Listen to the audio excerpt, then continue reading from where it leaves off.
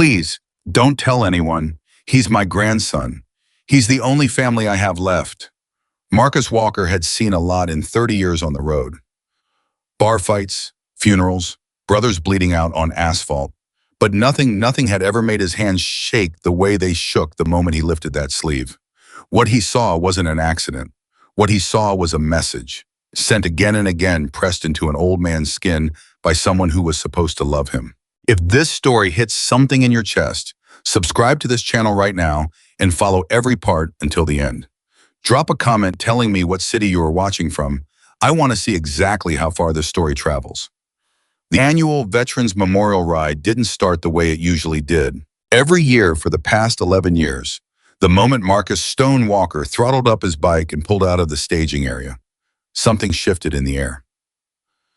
395 Hells Angels weathered men and women who had buried friends, survived wars of their own, and earned every scar on their bodies would fall into formation behind him like a river finding its natural course. The sound alone was enough to rattle windows a quarter-mile away. The ground vibrated, birds scattered, and for a few hours each August, the desert highway outside Flagstaff, Arizona became something close to sacred. But this year, Marcus barely made it out of the parking lot before he stopped. I didn't know why at first. He was already rolling, already feeling the familiar pull of open road, already half lost in the particular silence that only existed inside the roar of an engine. And then something caught his eye.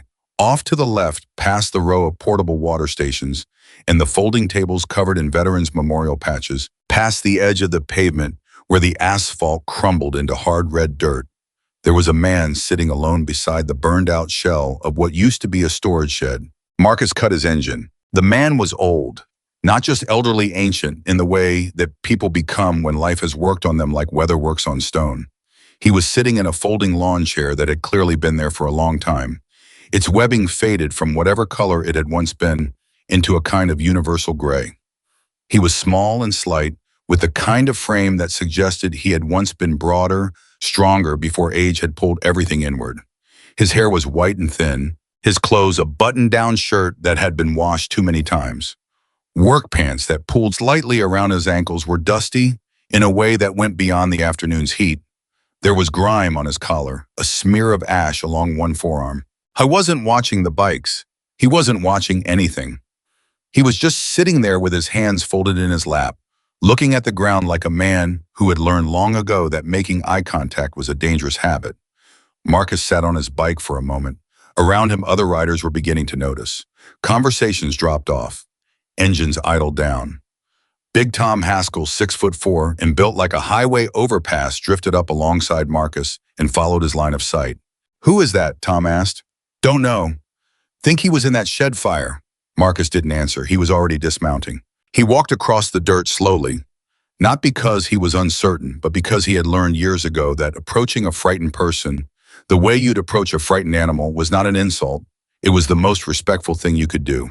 He stopped a few feet away and crouched down to put himself at eye level with the man, the way his mother had taught him to do with children, and the way 30 years of riding had taught him to do with everyone else. "Hey," Marcus said. "Just that, nothing more." The old man's eyes moved up slowly. They were blue, a pale, watered-down blue, the kind that starts bright and fades over decades. He studied Marcus with an expression that Marcus couldn't immediately read. Not fear exactly, more like the careful calculation of someone who had learned to assess threat before anything else. "I'm Marcus," Marcus said. "We're doing a veterans ride today. You a vet?" A pause, long enough that Marcus thought the man might not answer at all. "Korea," the man said finally. His voice was thin but clear with a slight roughness to it, like a radio signal coming through static. 52nd Infantry, I was 20.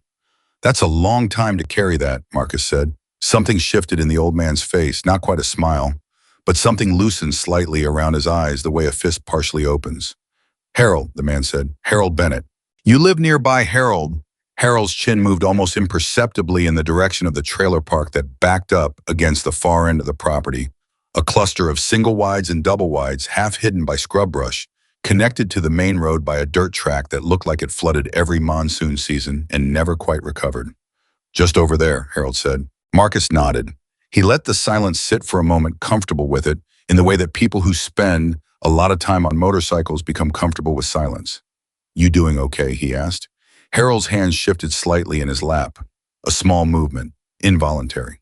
"I'm fine," Harold said, and it came out too fast and too flat, with none of the natural variation that the word usually carried.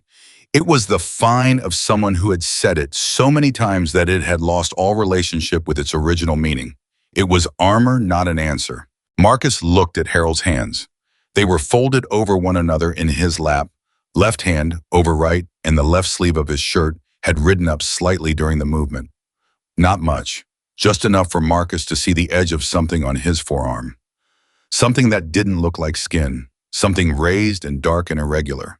I didn't say anything. He didn't reach for it. He just looked back up at Harold's face and held the eye contact for a moment, and Harold must have seen something there, some question being asked without words, because Harold's jaw tightened and his hands pressed together harder in his lap. "It's nothing," Harold said, before Marcus had asked anything at all. Marcus kept his voice the way he kept his hands when he was diffusing something very, very still. "Can I look at your arm, Harold?" The silence that followed was different from the earlier silences. This one had weight to it. Harold's breathing changed not dramatically, just a slight, shallowing, a fractional increase in speed. His eyes moved away from Marcus's face and fixed on some middle distance over Marcus's shoulder. And Marcus recognized that look. He had seen it on rookies before their first real fight. He had seen it on old men at funerals when the flag was handed over. It was the look of someone making a decision they hadn't expected to have to make today. "It's nothing," Harold said again, but this time the word came out barely above a whisper. Marcus waited. Behind him, he was aware that the noise of the gathering had dropped further. He could feel without looking that some of the men closest to him had moved slightly in his direction. Not intrusively, just present. "Harold," Marcus said softly, "I'm not going to do anything. I'm not going to call anyone. I just want to look." Another long moment, and then Harold, with the slowness of a man performing an act of enormous effort, lifted his left arm and held it out toward Marcus. Marcus reached out and gently pulled the sleeve back. What he saw made the breath leave his body. The arm thin pale, the skin loose and papery, the way very old skin becomes, was covered from the wrist nearly to the elbow with circular burns. Dozens of them. Some were old enough that they had faded to silver-white scar tissue, smooth and shiny against the surrounding skin. Some were more recent still, pink at the edges, still slightly raised, and 2 or 3 of them, clustered near the inside of the wrist, were fresh enough that they hadn't fully closed. The skin around them was red and slightly swollen with the unmistakable dull sheen of beginning infection. Marcus looked at them for a long moment. His jaw was tight. Something was moving in his chest that he didn't have a name for yet. It was bigger than anger and older than grief, and it had teeth in it. I knew what made burns like this. He had seen them before on people who had come out of very particular kinds of situations. They were round. They were uniform in size. They were spaced with a deliberateness that ruled out accident, that ruled out carelessness, that ruled out everything except intention. They were cigarette burns. Every single one of them. He gently let the sleeve down. He looked up at Harold. Harold was still looking at the middle distance. His lips were pressed together. His eyes were bright in a way that had nothing to do with happiness. "Harold," Marcus said, and his voice came out quieter than he intended, rougher than he intended.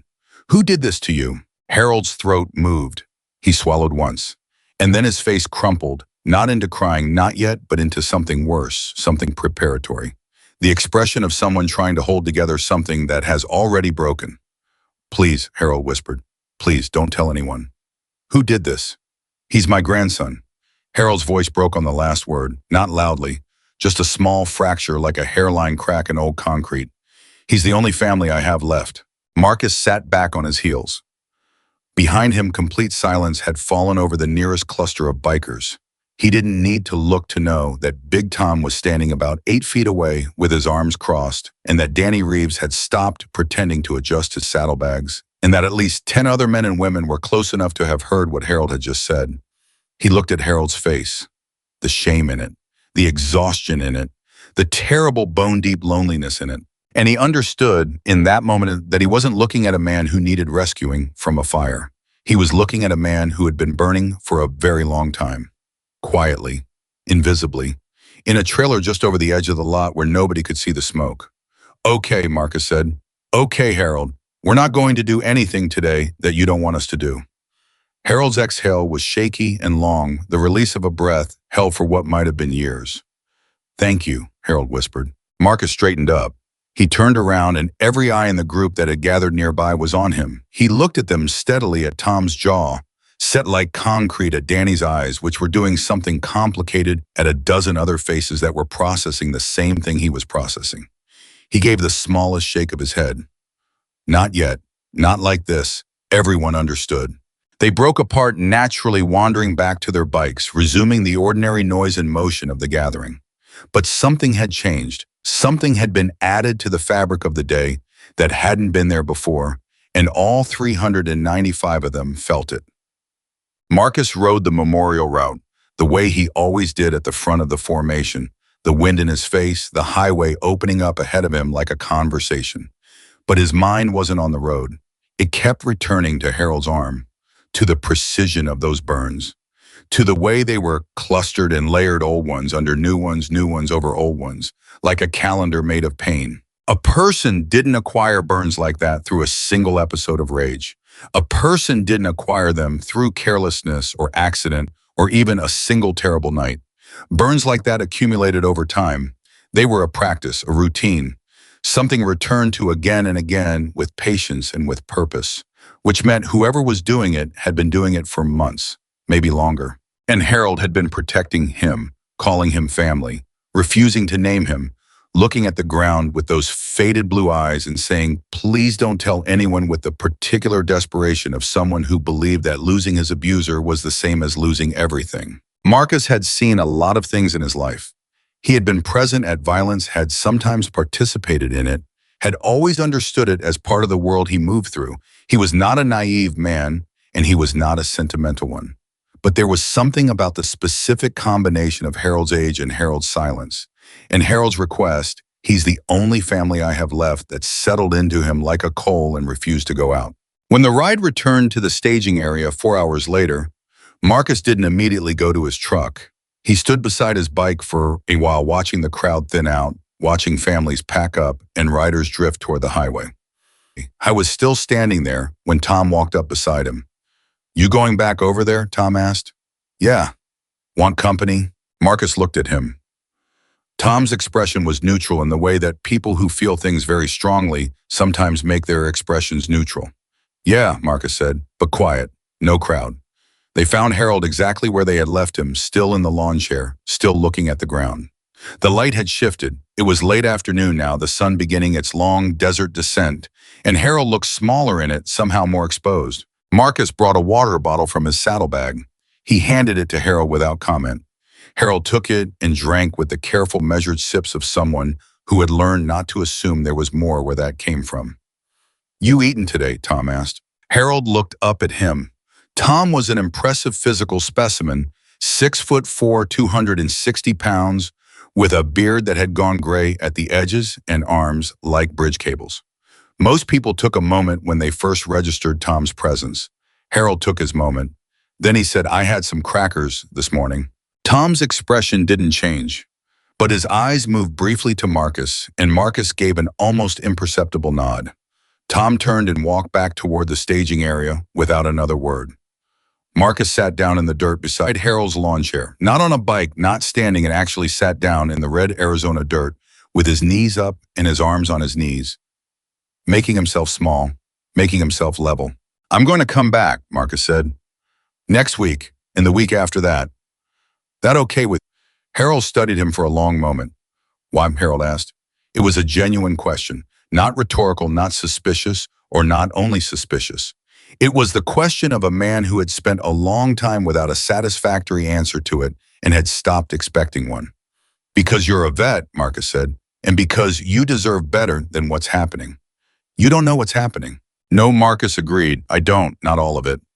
Harold looked back at the ground. His hands moved slightly in his lap, that same small fidgeting motion from earlier. He's not always like that, Harold said quietly. Ethan, he's not always. He stopped, started again. He was a good boy when he was little, real good. He used to ride his bike over to my place every Saturday morning, and I'd make him pancakes. Blueberry, that was his favorite. A pause. He still likes blueberries. Marcus said nothing. He let Harold have the memory for a moment. Things got hard for him. Harold continued. He had some trouble. Lost his job, then another job. Had some debts. Another pause longer this time. He needed somewhere to stay, and I needed... He stopped again. His voice had gotten very quiet. I was alone. After my wife passed, I was alone. 37 years we were married. 37 years and then nothing. Just quiet. Just the same four walls every day.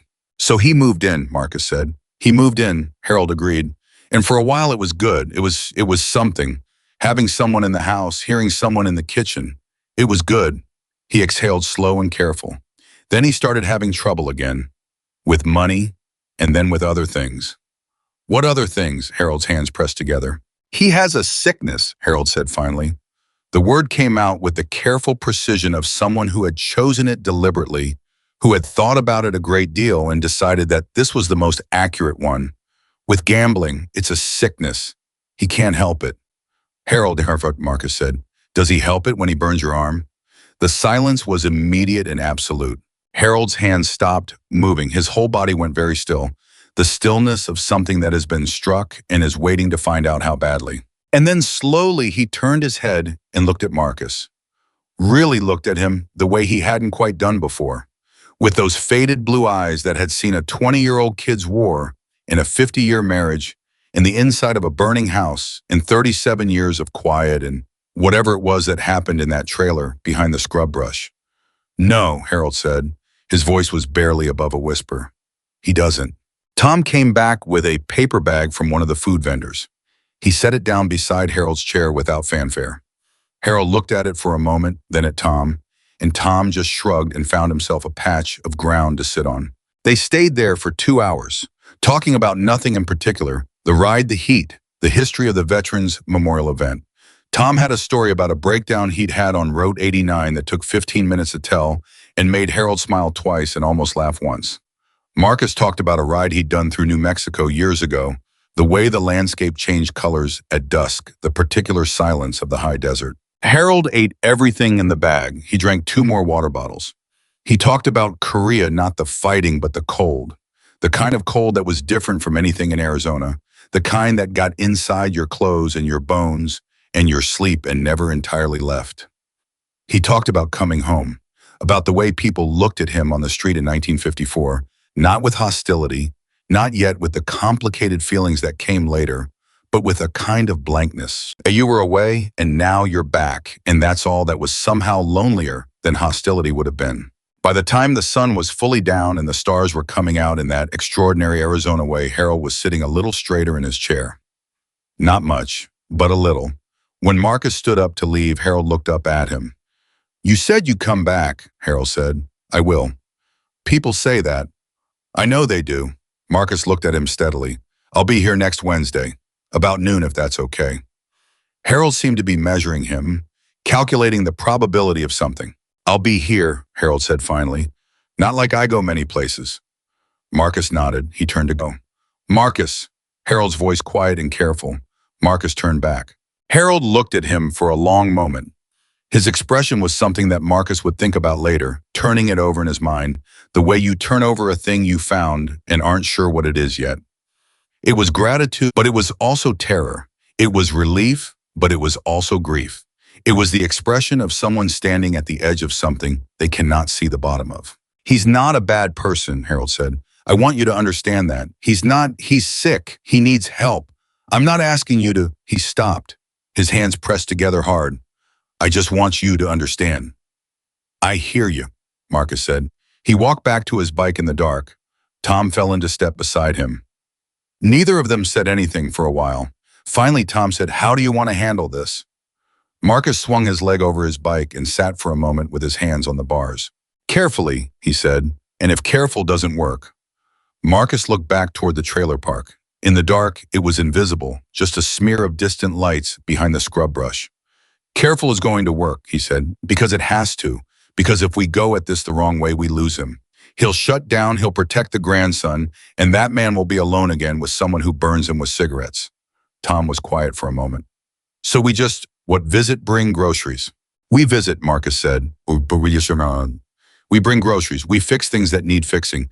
We become the kind of people he trusts enough to tell the truth to. That could take months. Yeah, Marcus said. It could. He started his engine.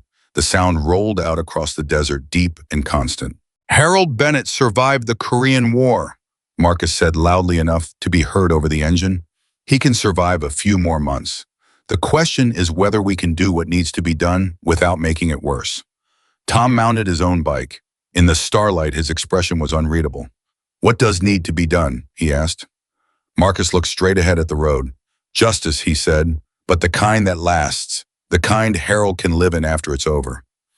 He pulled out onto the highway. Behind him in a trailer park that nobody drove past on purpose, Harold Bennett sat alone in the dark with his hands folded in his lap, listening to the sound of motorcycles fading into the distance. He sat there for a long time, and for the first time in longer than he could clearly remember, he didn't feel quite as alone as the silence said he was. Marcus kept his word. Wednesday came and he was there at noon, exactly pulling up the dirt track toward the trailer park with a bag of groceries balanced across his tank and Tom riding behind him. He hadn't called ahead. Harold didn't have a cell phone, or at least hadn't offered a number, so he just showed up the way he'd said he would, the way he always did with things that mattered. Harold was sitting on the small wooden porch outside his trailer. He was in the same lawn chair, or one very similar to it, and he was holding a coffee mug that looked empty.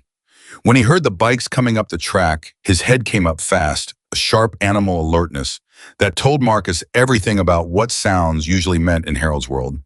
Then Harold saw who it was and something in his face settled. Not smiled, not relaxed, just settled, the way a held breath releases. Told you, Marcus said, dismounting. You did, Harold agreed.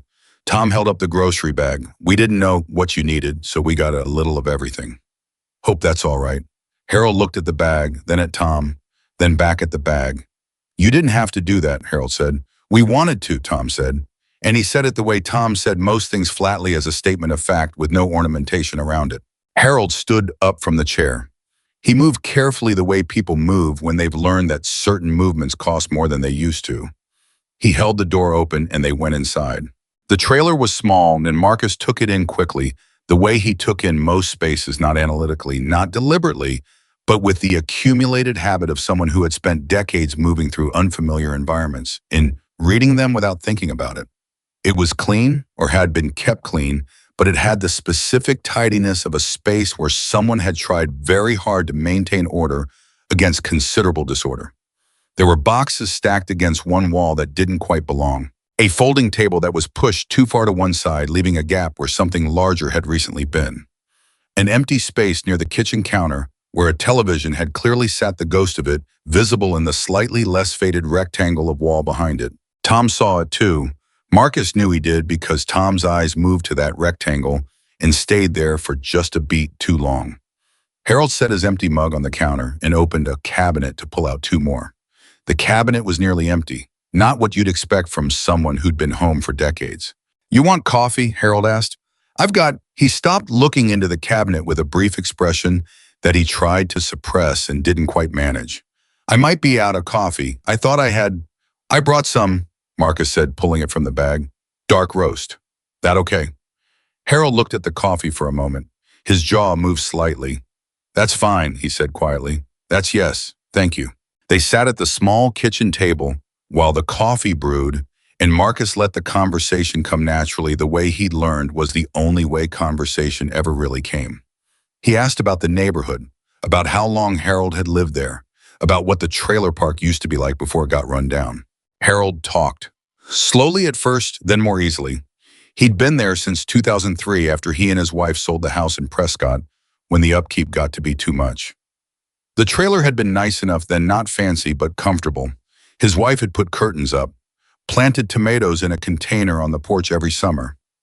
Made it feel like something. When did she pass? Marcus asked. 7 years ago, Harold said, March the 14th. He said the date the way people say dates that have become permanent landmarks in their interior geography, March 14th, as specific and absolute as a coordinate. I'm sorry, Marcus said. Harold nodded once. Ethan came not long after. He'd been in Las Vegas. Said he needed to get out of there, start fresh. I told him he could stay. He wrapped both hands around his mug. It seemed like the right thing, I had the space, and he's my daughter's boy. My daughter passed in '09, so he's the last of them. Of your family, Marcus said. Of any of them, Harold said. My wife's family, most of them are gone too, and my army friends, he shook his head. One by one, you get to my age and the phone stops ringing so much. Tom was quiet through most of this. He was good at quiet, good at taking up space without demanding anything from it, which was a rarer skill than most people realized. After a while, Harold showed them the leaking corner of the ceiling where the rain came through. Marcus looked at it and said he'd bring some materials next time and they'd fix it properly. Harold said he didn't want to be a bother. Marcus said he wasn't. They stayed for an hour and a half. When they left, Harold stood on the porch and watched them go down the dirt track, and Marcus could see him in the side mirror, small still watching, until they rounded the curve and he disappeared. His TV's gone, Tom said once they were back on the main road. I noticed. And half the food in that cabinet. I noticed that too. Tom rode in silence for a moment. Is the grandson there? Truck was gone, Marcus said. Wasn't there today? But he lives there. He lives there. Another silence. What kind of person, Tom started, and then stopped. Tried again. What kind of person burns an 87-year-old man with cigarettes and then goes out and leaves him with nothing in the cabinet? Marcus didn't answer. There wasn't an answer that was satisfying enough to say out loud. They went back the following Wednesday, and the one after that. On the third visit, Ethan was home. Marcus had been aware of him the moment he pulled up the truck in front of the trailer, a late model Ford that was in considerably better condition than anything else associated with Harold's existence, and a figure on the porch who stood up and came down the steps as soon as he heard the bikes. Ethan Bennett was 39 years old and looked like someone had taken a pleasanter version of Harold's bone structure and run it through a different machine. He was medium height, broad-shouldered, with blonde hair, cut short, and a face that had settled into an expression of easy, open friendliness that Marcus recognized immediately. He had seen that expression before, on people who wore it the way other people wore clothes because it served a purpose, because it made certain things easier. Hey, Ethan said, coming toward them with his hand already extended. Ethan Bennett. Harold's my grandfather. Heard he met some of you guys at the Veterans Ride a few weeks back. Marcus shook his hand, firm grip, practiced, the handshake of someone who understood that handshakes communicated things. Marcus Walker, Marcus said. We've been stopping by to check in on him. Hope that's all right. Oh, absolutely, Ethan said. And the friendliness in his voice was immediate and complete, not a single crack in it, not a moment's hesitation. That's great. I worry about him when I have to go out. He doesn't have a lot of people checking in. You know, it's really good of you. He's a veteran, Marcus said. We take care of veterans. Yeah. Ethan shook his head with an expression of warm appreciation. That's really something. That's a good thing. Harold had appeared in the doorway. He was standing slightly back from the threshold, not quite on the porch. And the way he was standing, weight shifted slightly rearward, shoulders, very slightly, elevated, told Marcus, something that Ethan's handshake and smile couldn't undo. Harold, Marcus said, looking past Ethan at the old man, we brought some things for the roof, if it's still a good time. Sure, Harold said. His voice was careful, calibrated. Ethan stepped aside with a gesture of perfect hospitality. Absolutely, go ahead. I'll get out of your way. I've got some errands to run anyway. He looked at Harold. You good, Pop? Fine, Harold said. Great. Ethan grabbed his keys from somewhere inside and came back down the steps, passing Marcus close enough that Marcus could see his eyes clearly for the first time. They were light hazel, maybe, and they were absolutely unreadable. Nice to meet you guys, he said. Really, thank you for looking out for him. He got in his truck and drove away. Tom watched the truck until it turned out of the dirt track. Pop, Tom said very quietly. I heard it, Marcus said. Harold hadn't moved from the doorway. Marcus looked at him. Harold's shoulders had dropped. The calibrated quality had gone out of his voice when he said, he'll be gone a few hours usually. Then let's get started on that roof, Marcus said. The pattern established itself over the following weeks with a natural, almost inevitable logic. They came on Wednesdays. Sometimes they brought one or two other riders, quietly selected, carefully chosen men and women who could be trusted to follow Marcus's lead, which meant taking their cues from Harold and never pushing. They brought groceries. They fixed the roof and then the wheelchair ramp, which had developed a dangerous give in its middle board, and then the water heater connection that Harold mentioned almost in passing one afternoon, describing it as a little temperamental.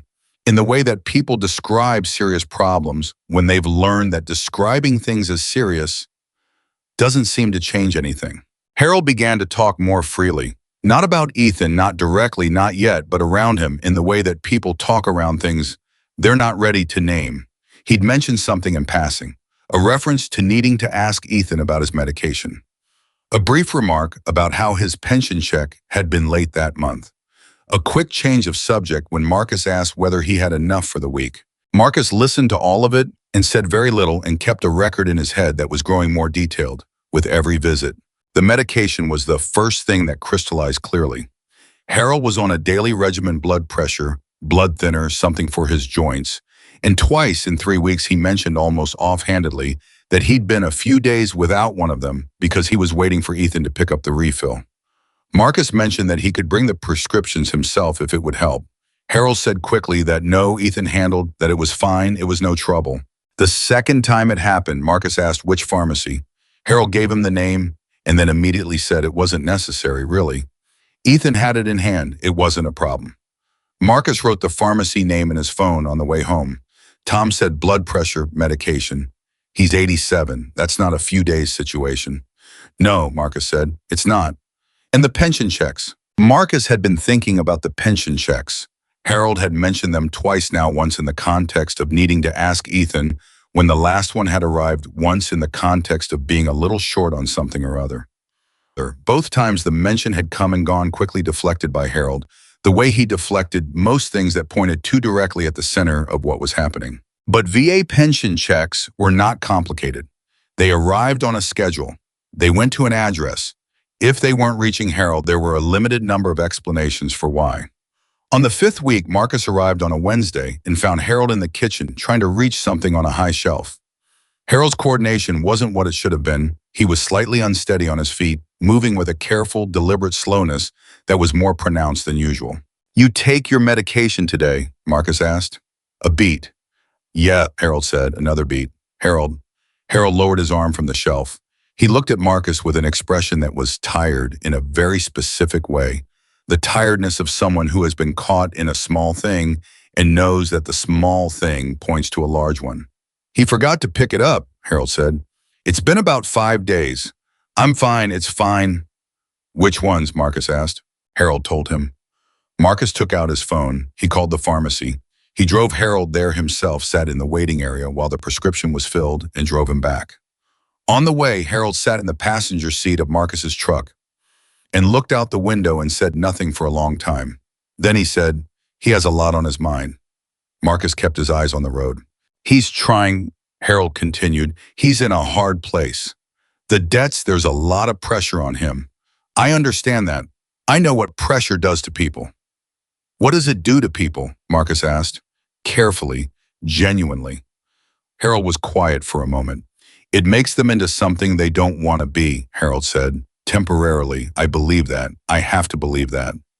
Marcus pulled up the dirt track to the trailer. He stopped the truck. Harold, he said, the burns on your arm. How many times in the past month? Harold's hands pressed together in his lap. That's between Ethan and me. How many times? A long silence. Twice, Harold said. So quietly, Marcus almost didn't hear it. He was very upset. He'd had a bad week. Marcus sat with that for a moment. He thought about how he wanted to say the next thing. He had to say it right. He only got one chance to say it right. Harold, he said, I need you to hear something. And I need you to hear it as something I mean, not as something I'm saying, 'cause I'm supposed to. Harold turned slightly in his seat. What happened to you in that trailer is not about his bad week, Marcus said. It's not about his debts or his pressure or his difficult situation. A bad week doesn't put cigarettes on a person's arm, and it doesn't stop because he feels better or because things get easier for him. It stops when someone makes it stop. Harold's eyes were very bright. He's my blood, Harold said, and his voice cracked on the last word just slightly, just for a moment, but enough. I know, Marcus said. I know he is. I don't have anyone else. I know that too. Harold turned back to the window. He sat there for a long time. I'm not ready, Harold said finally. I'm not there yet. I need more time. Okay, Marcus said. You're not going to push me. No, Marcus said. I'm not. Harold opened the truck door and got out slowly, and Marcus watched him make his way up the porch steps with his medication in a paper bag, and at the door Harold paused and looked back. "Next Wednesday?" Harold asked. "Next Wednesday," Marcus said. Harold nodded once. He went inside. Marcus sat in the truck for another few minutes before he pulled away. What he'd found out from the pharmacy was worse than he'd expected, and what he'd expected had not been good. He hadn't pushed. He hadn't asked for records he wasn't entitled to. He'd simply asked the pharmacist, a woman named Greta, who had been filling Harold's prescriptions for 4 years and who clearly cared about him in the particular way that small service people sometimes quietly care about their regulars, whether there was anything they could do to make sure Harold's medications were picked up on time. Greta had looked at him for a long moment, and then she said, carefully choosing each word, "I've been wondering if someone was going to ask me that." She told him that Harold's prescriptions were paid through his VA benefits, that for the first 3 years Harold had picked them up himself, that about 14 months ago Harold had called and said his grandson would be picking them up from now on, and that in those 14 months Ethan had picked them up on time approximately 40% of the time. 60% of the time Harold's medications had gone uncollected until Greta called and eventually reached someone who would come and get them, sometimes a week late, sometimes more. Marcus thanked her. He said he'd make sure they were picked up going forward. She said she'd appreciate that, and there was something in the way she said it that told him she had been waiting quietly and helplessly for someone to walk in and say exactly that. He talked to Danny Reeves that night. Danny was a retired claims adjuster who rode with the chapter on weekends and had, over the years, accumulated a working knowledge of elder care law that was broader and more current than most people would have guessed looking at him. "VA pension going missing," Danny said. "I don't know for certain it's going missing, but Harold can't account for the last 3 months of payments when I've been over there, and his pantry looks like what it looks like." "Does the grandson have access to his accounts?" "I don't know." "Find out," Danny said. "If he's been redirecting those payments or using Harold's accounts without authorization, that's financial exploitation of a vulnerable adult. That's a felony in Arizona. That's not a domestic dispute, that's a crime. Harold won't report it." "I know," Danny said, "which is why the evidence has to be airtight before anyone makes a move. Because if someone goes at this and it falls apart, Ethan will know Harold talked, and Harold will be alone with him and whatever he decides to do about that." Marcus went quiet on his end of the phone. "Build it clean," Danny said. "Every detail, every date you can document, every observation. When you have enough that the DA can't ignore it even without Harold's cooperation, then you move, but not before. And in the meantime, Harold's still in there with him."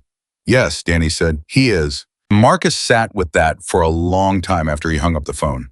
He sat with the particular weight of knowing that something was happening, that he could not yet stop knowing it clearly, specifically in full color, and having to wait. It was the hardest thing he'd done in years. He called Tom.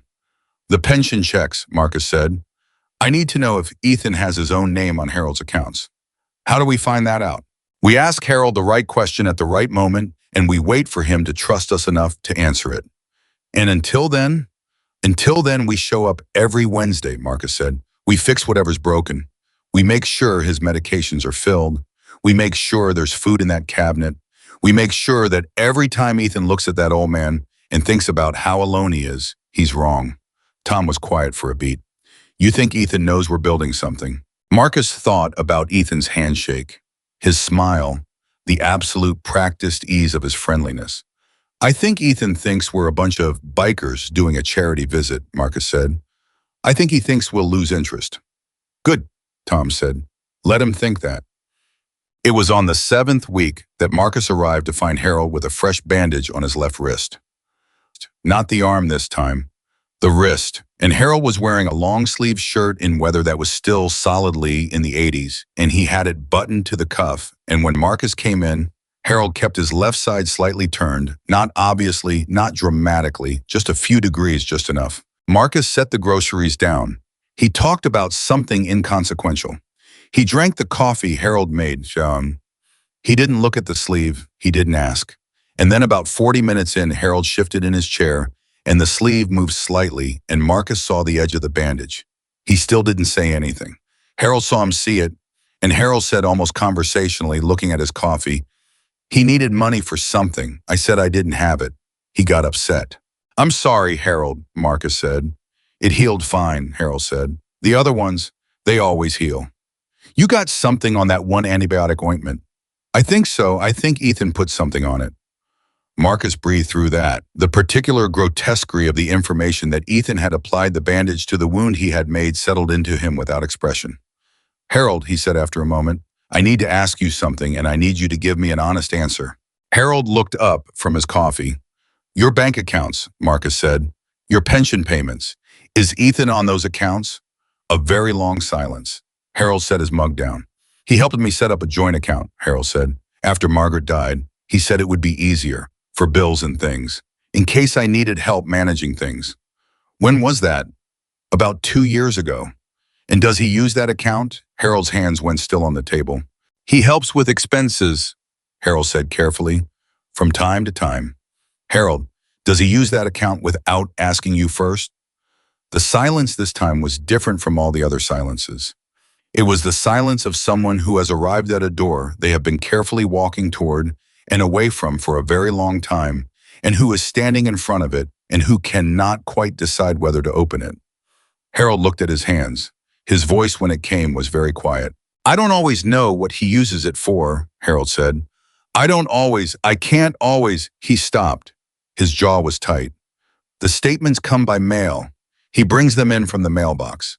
I ask him to go over them with me and he says he will, and then he stopped again.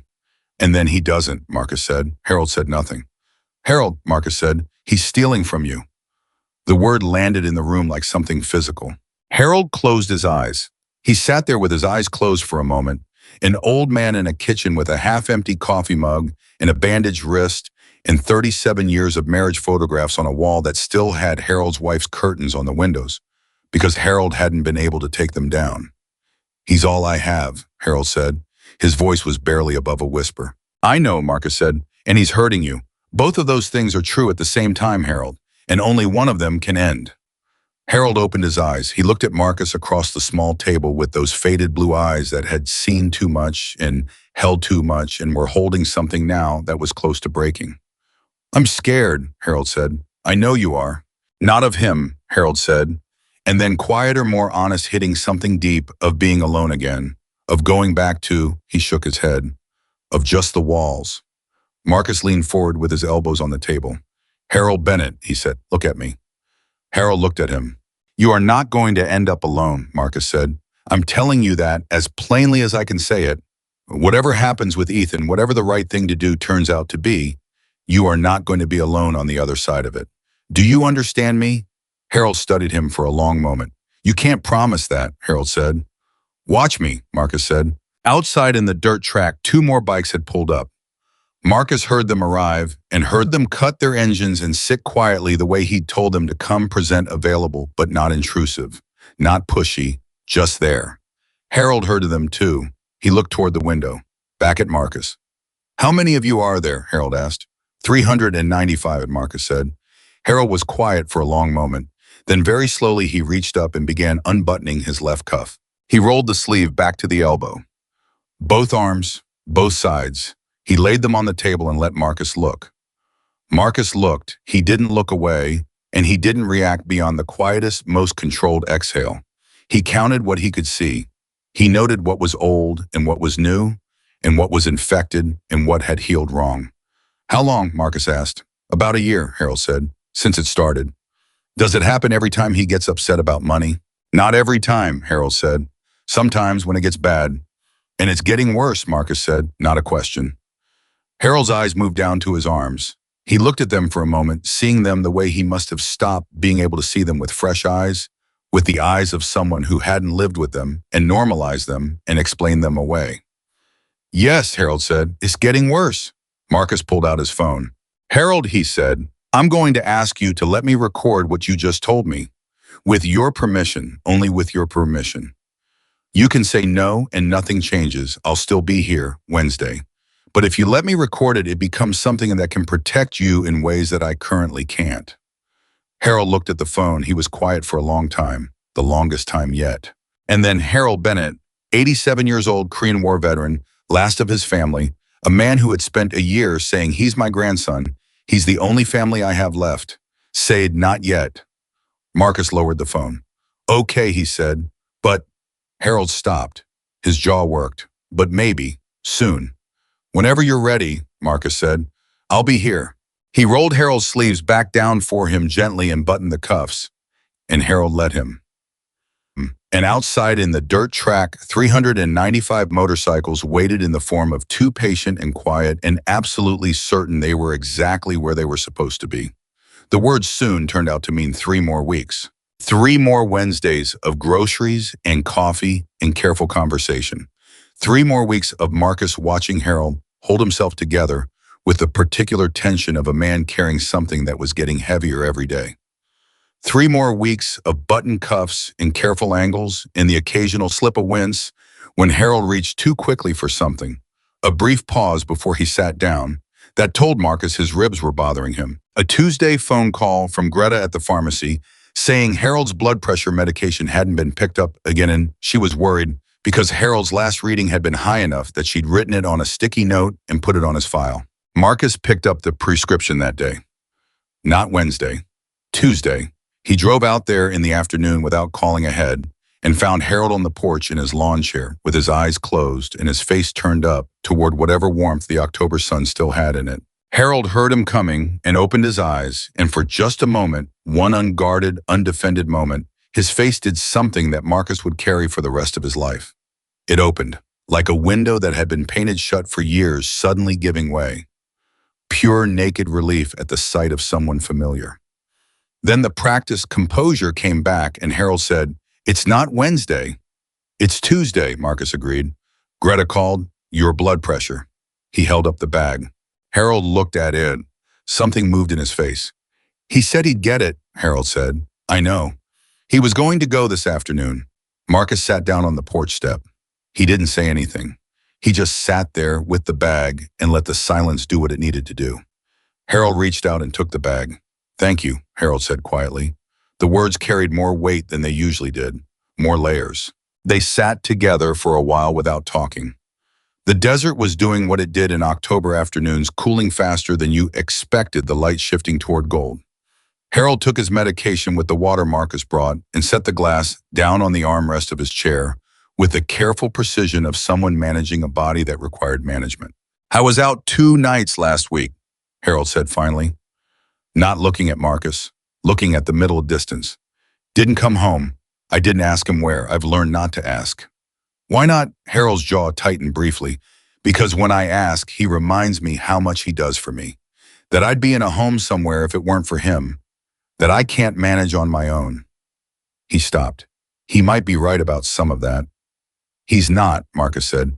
"You don't know what I can and can't manage." "I know you managed for 80 years before he showed up," Marcus said. Harold was quiet for then unexpectedly, something like a ghost of a smile crossed his face and was gone. 80 and a half, he said. They sat a while longer. When Marcus left, Harold stood up from his chair and said, "Wednesday." Just that one word, like a confirmation, like a commitment. "Wednesday," Marcus said. The storm came on a Friday. It was the kind of desert storm that Arizona pulled out in October without much warning, a wall of purple-black cloud moving in from the north, dropping the temperature 20 degrees in 40 minutes, and arriving with the full drama of a landscape that did nothing by halves. The wind hit first, then the lightning, then the rain in sheets that turned the dirt tracks between trailers into fast-moving red streams. Marcus got a call at 7 in the evening from Harold, which was itself notable. Harold had the number but had never used it, not once in the 10 weeks they'd been coming out there, as though calling Marcus proactively was a line he hadn't felt he had the right to cross. "The power went out," Harold said. His voice was carefully neutral in the way it got when he was trying not to sound worried. "It's fine, I have candles. I just thought you should know in case you were planning. I don't know. I don't know why I called." "Is Ethan there?" A brief pause. "No," Harold said. Marcus thought about Harold alone in the dark in a trailer with inadequate insulation and a blood pressure condition and a recently infected burn wound on his wrist in a storm that the weather app on his phone was now telling him was going to run through midnight. "I'm coming out," Marcus said. "You don't have to. I know I don't have to. I'm coming." He called Tom. Tom was already getting his truck keys. Marcus called Danny Reeves and Danny said he'd meet them there. He called two more, Rita, who was an EMT and former Army medic and the most quietly capable person Marcus knew, and her husband Joe, who never went anywhere without a generator in his truck bed, because Joe had a philosophy about preparedness that bordered on religion. They got there within 45 minutes of Harold's call. Joe had the generator running and extension cords run inside within 20 minutes of arriving. Rita checked Harold's blood pressure high, but not dangerously so, and looked at his wrist and said the infection was tracking better than she'd expected, which Marcus chose to count as good news, even though everything about the context of the wound refused to let itself be counted as good news. Harold let them in and watched them organize his small space with a quiet, unguarded wonder that told Marcus he was not accustomed to people doing things for him without a calculation behind it. "You didn't have to bring all," Harold started. "Harold," Rita said without looking up from the blood pressure cuff she was tucking back into her bag. "We wanted to come. Please stop apologizing for letting us." Harold closed his mouth. He looked at her for a moment. "You were in the Army?" he asked. 8 years, Rita said. "Medic, 2 tours." Harold nodded slowly. Something settled between them that didn't need more words. They stayed. The storm wasn't clearing, and the power wasn't coming back, and there was no reason to leave, so they didn't. Joe made coffee on a camp stove he'd brought from his truck. Danny had thought to grab food. They pulled Harold's kitchen chairs into the living area and sat around the candles in the generator light, and the conversation moved the way it always moved when people stopped performing for each other, slowly at first, then fast, then deep. Harold talked about Korea again, more than he had before. The cold, yes, always the cold, but also the particular surreality of being 20 years old and trying to hold a position on a hill that changed hands 3 times in a week, and understanding somewhere in your body, in your bones, in a place below rational thought, that whether you lived or died was a matter of inches and minutes in a kind of cosmic coin flip that had nothing to do with deserving. "You come home from something like that," Harold said, "and people want you to just be normal, go back to being whoever you were before. And you try. You try hard. But you're not the same person. You're just wearing the same face." Rita nodded, slowly. "Yeah," she said. "Yeah, that's exactly it." Harold looked at her. Something passed between them, the particular recognition of people who have carried the same weight in different packages. "Did it get better?" Harold asked. "Took a while," Rita said, "but yes, it got better." Harold nodded. Tom had been quiet most of the evening, sitting with his large frame folded into one of Harold's small kitchen chairs, in a way that should have looked absurd, but somehow didn't, holding a coffee mug that looked miniature in his hands. He'd been watching Harold all night with the attentiveness he brought to things he was trying to understand completely. Around 9:30, the storm picked up again, a fresh wave of rain hammering the roof and the wind doing something to one of the vents that made a periodic low moan. Harold pulled his sweater tighter, and Marcus noticed him wince slightly as the movement stretched his left arm. "Harold," Marcus said. Harold looked at him. "Is it worse tonight?" Marcus asked. "Meaning the wrist. Meaning everything." Harold was quiet for a moment. Around him, the room had stilled. Rita and Joe and Tom and Danny were all present, all part of the air of the room, and Harold looked at each of them briefly. These leather-jacketed people with their complicated histories and their inexplicable, persistent presence in his life, and something in him seemed to shift. "He came home Monday night," Harold said, and his voice had changed. The careful calibration was gone.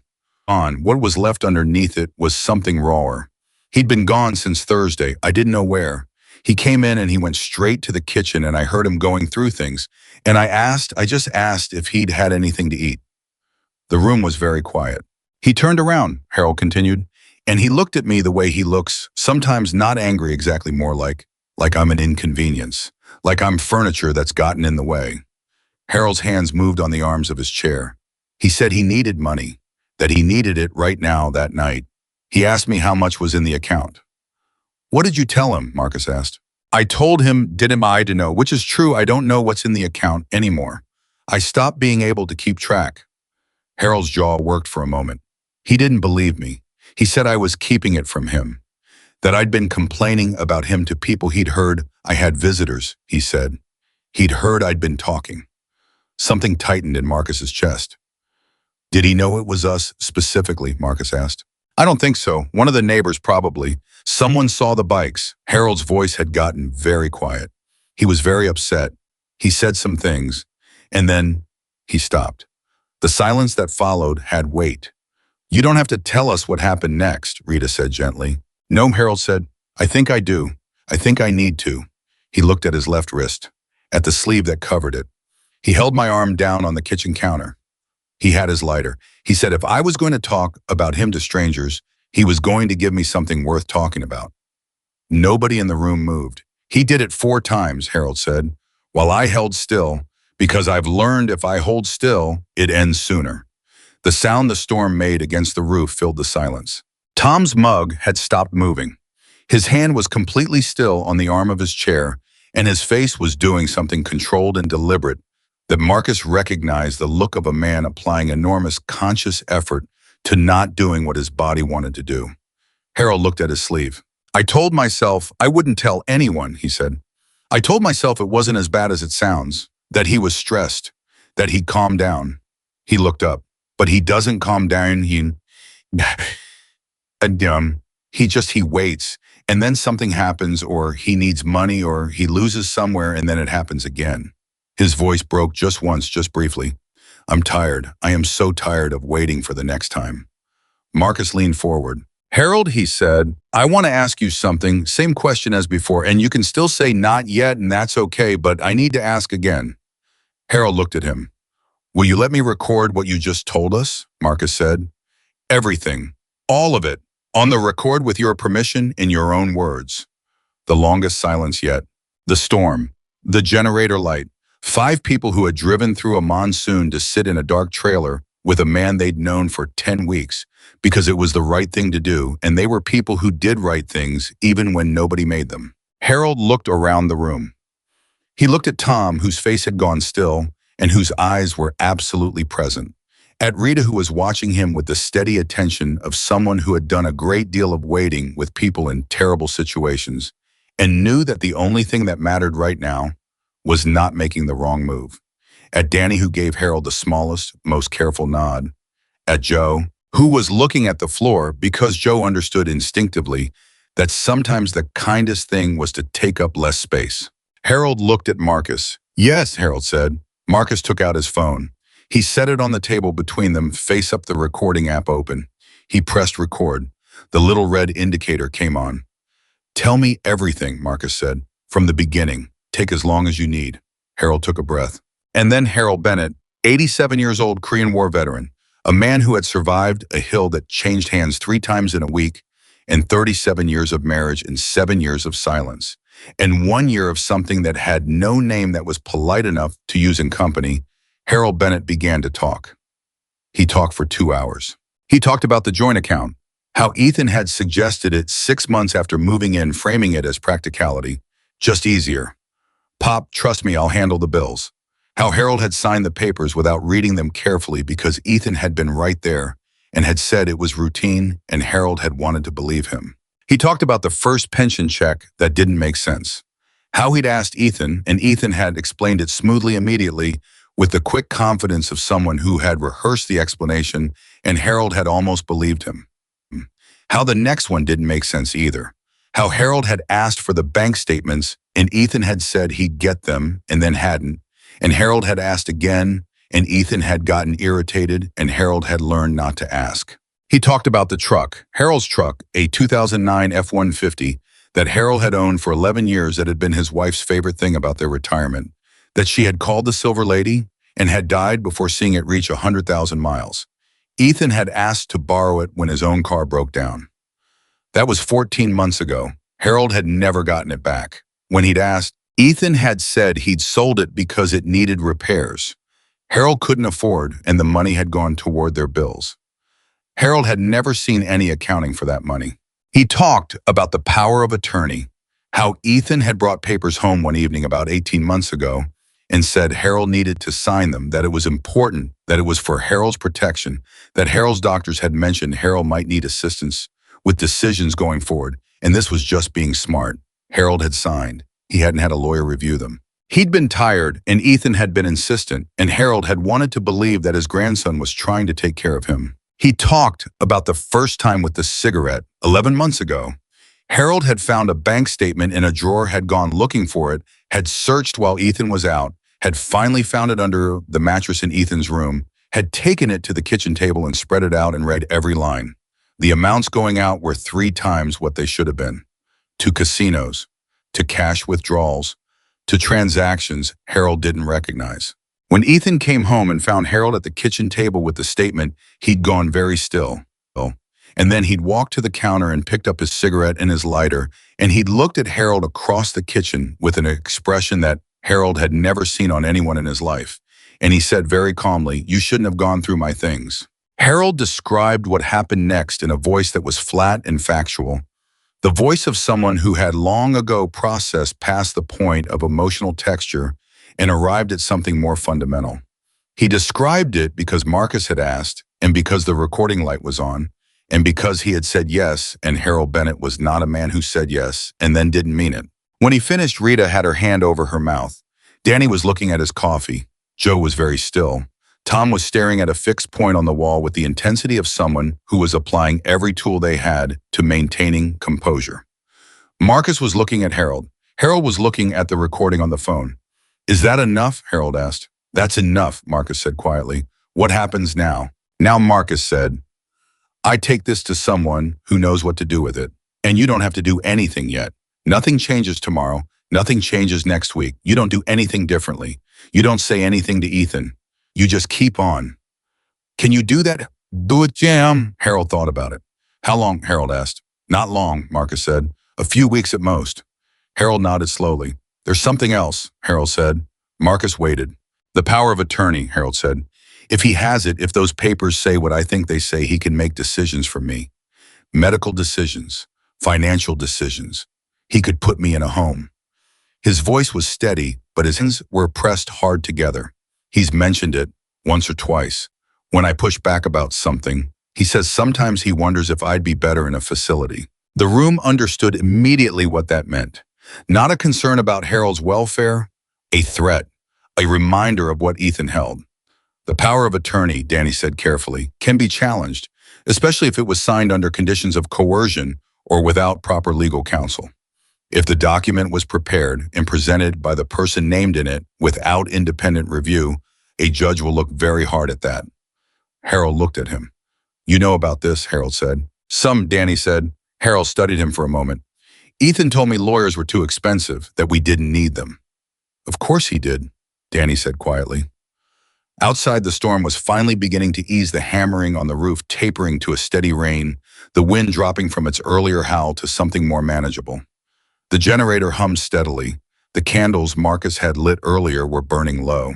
Harold sat in his chair with his hands in his lap, and the recording stopped, and everything he'd carried for 11 months now, distributed somehow among these 5 people who had no obligation to him and had chosen to sit in his dark living room on a Friday night anyway, and he looked smaller than usual, not weaker, smaller in the way that people look when they put down something heavy, temporarily unsteady, from the absence of the weight they'd adapted to carrying. "I believed he'd get better," Harold said, into the air, not to anyone specifically. "I kept thinking he's sick, he's in trouble, he needs help, and I'm his family, and family doesn't give up on each other. My wife would have—" He stopped. His voice had gone rough. "She would have known what to do. Margaret always knew what to do. She had a way of seeing things clearly when I couldn't." "What do you think she'd tell you now?" Rita asked. Gently, very gently. Harold was quiet for a long moment. "She'd tell me to stop protecting the person who's hurting me," Harold said. "She'd say it in a nicer way, but that's what she'd mean." A pause. She didn't have a lot of patience for people who hurt the people she loved. The ghost of something, affection, memory, grief, so old it had become simply part of his texture, moved across Harold's face. "She sounds like someone I would have liked," Rita said. "Everyone liked Margaret," Harold said. And for a moment he was somewhere else entirely, somewhere with curtains on the windows and blueberry pancakes on a Saturday morning, and a woman who knew what to do and wasn't afraid to do it. "She was the best person I ever knew." They sat with that for a moment. The rain on the roof, the generator light, 5 people and an old man, and the recorded truth of everything that had been done to him, now existing in the world outside his own carrying of it. Marcus picked up his phone and looked at the recording. 47 minutes and 23 seconds. He had said a few weeks. He had meant it. He pressed send to Danny's number. Backup copy immediately. Danny's phone buzzed, picked it up and looked at it, and then looked at Marcus and gave a nod that said he understood what it was and what it needed to be. Harold, Marcus said, I need to tell you something, and I need you to hear it the way I mean it. Harold looked at him. What you just did, Marcus said, took more guts than most people have in them. I want you to know that. What you did tonight is what's going to make the difference. Harold looked at his hands. I just talked, Harold said. You just told the truth about something that was hurting you to people you trusted enough to tell it to, Marcus said. For a lot of people, that's the hardest thing there is. You did it anyway. Harold was quiet for a moment. Then he said he forged the power of attorney's signature. I'm not sure, but when I signed those papers, I signed my name differently than I usually do. There was someone else's signature under mine on one of the pages, and when I asked about it, Ethan said it was the notary. The room went very still. Marcus looked at Danny. Danny's expression had gone sharp and focused. If the document was forged, Danny said carefully, that's not just elder abuse. That's fraud. That's a felony at the federal level potentially, especially involving VA benefits. Harold looked at him. There was a letter, Harold said, about 8 months ago from the VA, about a change to my benefit disbursement. I never requested any change. When I asked Ethan about it, he said it was routine. His voice was very quiet now. I don't think it was routine. No, Danny said, I don't think it was either. Marcus looked at Harold across the room, across the candlelight and the generator, hum and the last of the storm, and thought about what it meant that this man had held all of this inside himself for 11 months, had carried it through every Wednesday visit, every cup of coffee, every conversation about Korea and the cold and Margaret's curtains, had carried it while saying he's my blood and he's not always like that, and he was a good boy when he was little. Had carried it because he believed that losing the person who was hurting him was worse than being hurt. Harold, Marcus said, whatever happens next, whatever the process looks like, however long it takes, I need to know something. Harold waited. Do you want this to stop? Marcus said. Not do you want him punished, not do you want justice. Specifically, do you want this to stop? Harold looked at his left arm, at the sleeve over his wrist. He looked up. Yes, Harold said. His voice was the clearest it had been all night. No tremor, no calibration, no careful management of distance between the word and what it cost. Just yes. Okay, Marcus said. He reached out and put his hand briefly on Harold's arm, above the wrist, above the sleeve, on a part of him that wasn't hurt. Then it's going to stop, Marcus said. Harold looked at him for a long moment. And then he did something Marcus had not seen him do before, not in 10 weeks of Wednesdays, and one Tuesday with a pharmacy bag, and one Friday with a storm and a generator. And the truth finally said out loud. Harold put his hand over Marcus's hand, just for a moment, just briefly. And then he straightened up in his chair and cleared his throat and said he supposed they might as well finish the coffee while it was still warm. Tom got up to get the mugs. Danny stepped outside to make a phone call to a prosecutor he'd worked with 3 years ago on an unrelated case, a woman named Selena Torres, who was thorough and patient and had a particular reputation for elder exploitation cases that Danny had always considered one of the better things about the Coconino County DA's office. She answered on the third ring. Danny, she said, it's late. I know, Danny said. I have a recording and a witness and 11 months of a pattern, and I think we have forgery on top of everything else. A pause. How old is the victim, she said. 87, Korean War vet. Another, shorter. Send me what you have tonight, Selena said. I'll look at it first thing. Danny looked back through the small window of the trailer at Harold sitting in his chair with a fresh cup of coffee and Tom Haskell perched on a kitchen chair that was visibly too small for him. And Harold was saying something that was making Tom smile slightly, which was itself a thing that didn't happen often enough. Thank you, Selena, Danny said. Don't thank me yet, she said. Get me the rest of what you have and we'll see what we're working with. Danny hung up. He stood outside for a moment in the last of the rain, letting it fall on his face, thinking about the specific, particular courage of an 87-year-old man who had decided on a stormy Friday night in a dark trailer in Arizona that he was finally tired enough of being afraid that he was willing to try something else. He went back inside. Harold was telling Tom about the Silver Lady, the truck Ethan had sold, how Margaret had named it on the day Harold drove it off the lot, how she'd laughed at herself for naming a truck and then defended it by saying that anything you spent that much time with deserved a name. Tom was listening with his full attention in the way Tom listened to things he intended to remember. What would you do if you had it back? Tom asked. The truck. Harold thought about it. I'd drive out to where Margaret is buried, Harold said, in Prescott. I haven't been out there since it's been too long. I'd go out there and sit for a while. He looked at his coffee. Tell her what's been happening. Get her opinion on things. The room held that for a moment. We'll get you out there, Marcus said, one way or another. Harold looked at him, measured the words, decided to believe them. Okay, Harold said. Outside, the rain had almost stopped. The sky was beginning to clear in patches, revealing the first stars. Somewhere in the distance, a coyote called that particular desert sound, wild and clear and indifferent to everything that happened under it, and Harold heard it, and his face went briefly peaceful with something that was close to recognition. The recording was already on its way to Selena Torres. The evidence was in motion. The process, once begun, would follow its own logic to its necessary end. And in a small trailer in a forgotten corner of Flagstaff, Arizona, an 87-year-old man who had spent 11 months alone with an unbearable secret finally let himself be surrounded by people who were not going anywhere.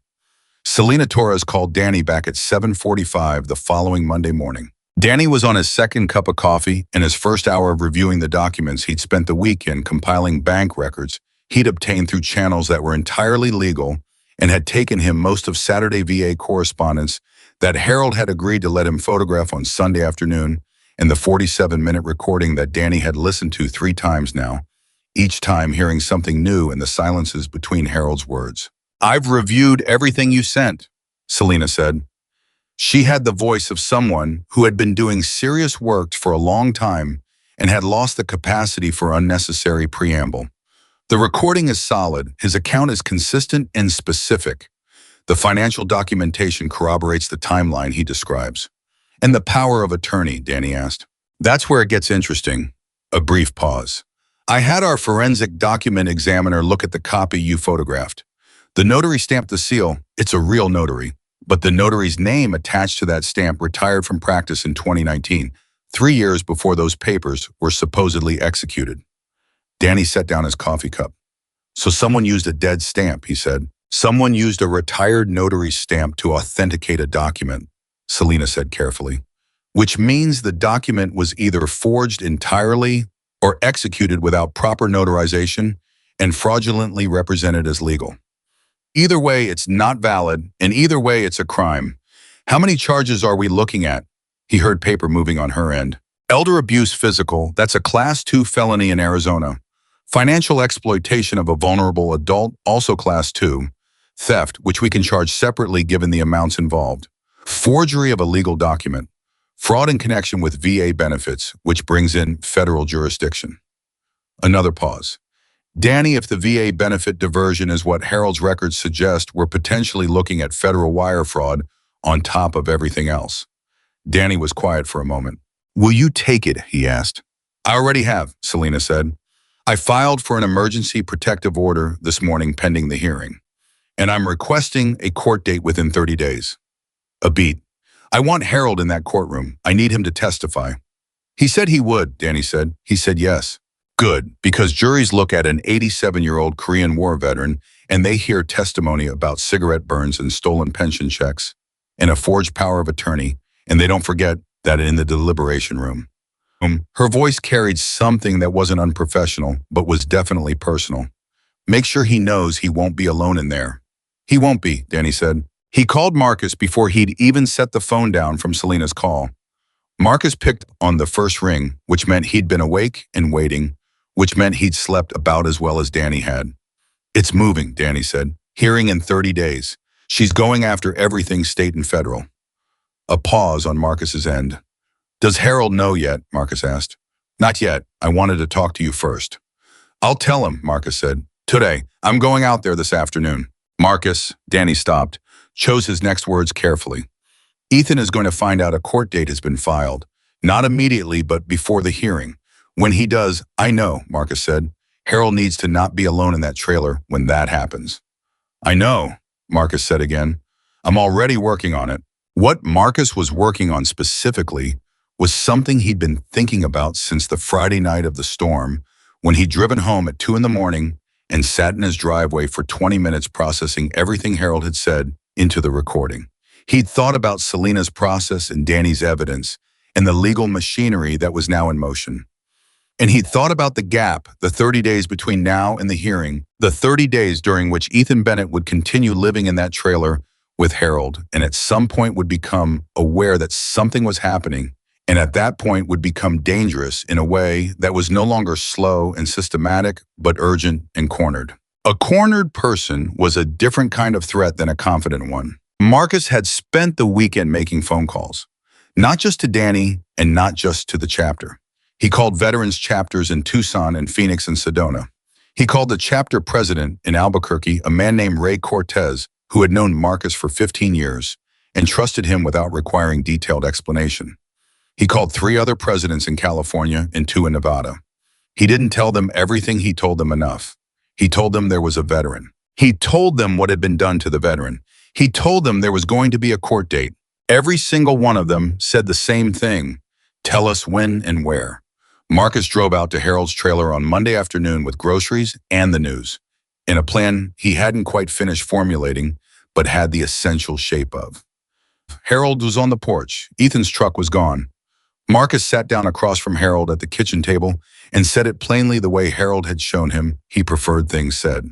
They're moving on it, Marcus said. There's a prosecutor named Selena Torres. She's looked at everything, the recording, the bank records, the power of attorney. Harold, that document was forged. The notary stamp on it belongs to someone who retired 3 years before you signed it. Harold went very still. He told me it was legitimate, Harold said. It's not. Harold's face moved through several things fast in sequence. Shock first, then a particular kind of grief that was different from the grief of losing someone. It was the grief of a truth finally confirmed, the grief of being proved right about something you desperately wanted to be wrong about. He planned it, Harold said, not a question. Yes, Marcus said, from early on. Harold sat with that. He sat very straight in his chair, the way he always sat when something hit him hard, his spine going rigid, his chin lifting slightly, the posture of a man who had spent his life deciding to stand up rather than fold. There's going to be a hearing, Marcus continued, in about 30 days. Selena needs you there. She needs you to testify. I said I would. I know. She knows. Marcus looked at him steadily. But between now and then, I need to talk to you about the next few weeks, about being safe. Harold met his eyes. You think he'll find out? Yes, not immediately, but before the hearing. Harold's jaw tightened. And when he does? He's going to be scared, Marcus said. Scared people who've been doing what he's been doing don't respond well when they realize the ground is shifting under them. Harold was quiet for a moment. He looked at his hands, at the sleeve over his left wrist. What are you suggesting? Harold asked. I'm suggesting that you not be alone in this trailer between now and the hearing, Marcus said. I'm suggesting that someone is here every day, not just Wednesdays, every day. Harold looked up. That's a lot to ask of people, Harold said. We want to do it, Marcus said. You have lives, you have spouses and families and… Harold. Marcus's voice was quiet but completely firm. This is not a negotiation. This is us telling you what we're going to do. If you want to participate in deciding the schedule, we can do that. But we are going to be here. Harold looked at him for a long, long moment. Why, Harold said, and there was something very raw in the question. Something genuinely bewildered, the question of a man who had been reduced for so long to measuring the world by what it took from him that he had lost the calculus for what people could give without being owed. Because you're worth it, Marcus said, simply, plainly, without decoration. Harold looked away. He looked at the window, at Margaret's curtains, still there, still the same faded blue they'd always been. He looked at them for a long time. Okay, he said finally, okay. The schedule built itself with the organic efficiency of people who believed in what they were doing. Rita came Mondays and Thursdays, primarily because she was an EMT, with a flexible schedule, and also because she and Harold had developed a shorthand around his medical care that was matter-of-fact and unpatronizing in a way Harold clearly appreciated. Tom came Tuesdays, arriving at 10 in the morning and staying until early afternoon. And he and Harold had developed a peculiar ritual of listening to baseball radio broadcasts together, not talking much, just sitting with the game, the way men of a certain disposition sit with things they find comfortable. Danny came Wednesdays, which was already the established day, and on those visits, he would sometimes quietly review documents with Harold, getting additional details he needed for Selena's case preparation. Joe and two other writers rotated the remaining days. Ethan came and went. He noticed the increased presence and he smiled his practiced smile at whoever happened to be there and said how great it was that Harold had friends. He said it so consistently and with such polished conviction that Marcus sometimes wondered if Ethan believed it himself, if the performance had become so habitual that the performer had lost track of where it ended. But Marcus watched his eyes, and Ethan's eyes, unlike his smile, did not perform. They registered. They tracked. They moved between Harold and the visitors with a calculation that was entirely different from the warmth of his expression, the way a thermostat measures something unrelated to the weather outside. 2 weeks after Selena filed, Ethan found out. Marcus didn't know how, whether a neighbor had said something, whether Ethan had contacts at the courthouse, whether some piece of correspondence had arrived that Marcus's team hadn't intercepted first. But on a Thursday afternoon, Rita called Marcus from outside the trailer, speaking in the low-controlled voice she used when she needed to communicate urgency without communicating panic. "He knows," she said. "He came home an hour ago and he went straight to Harold. I was in the kitchen. I heard him say Selena Torres's name. I came out and put myself in the room." A brief pause. "He's not yelling. That's almost worse. He's talking very quietly and very nicely, and Harold is not moving." "I'm on my way," Marcus said. "I was there in 22 minutes. Tom was 10 minutes behind him, having gotten the same call." When Marcus walked in, Ethan was sitting across from Harold at the kitchen table in the exact seat Marcus usually occupied, leaning forward with his elbows on the table and his expression doing its warmth routine at maximum power. "Marcus," Ethan said when Marcus came through the door. He said it pleasantly without surprise, as though Marcus's arrival were expected and welcome. "Good timing. I was just talking to Pop about some confusion with some paperwork." "It's not confusion," Marcus said. He kept his voice level and he stood where he stood and didn't move further into the room. He was aware of Harold's face still composed, chin lifted, and he was aware of the specific quality of the stillness, the kind that came from practice. Ethan's smile stayed in place. "I'm not sure what you've been told, but there's been some miscommunication about—" "Ethan," Marcus said his name the way you set something heavy down. "The prosecutor has the recording. She has the bank records. She has a forensic analysis of the power of attorney document." A pause. "We should probably stop pretending this is about paperwork." The smile didn't disappear. That was the impressive and disturbing thing about it. It was too well practiced to disappear on command. But something changed in Ethan's eyes. The calculation shifted. Something colder moved through it. "You had no right," Ethan said. Still pleasant, still controlled.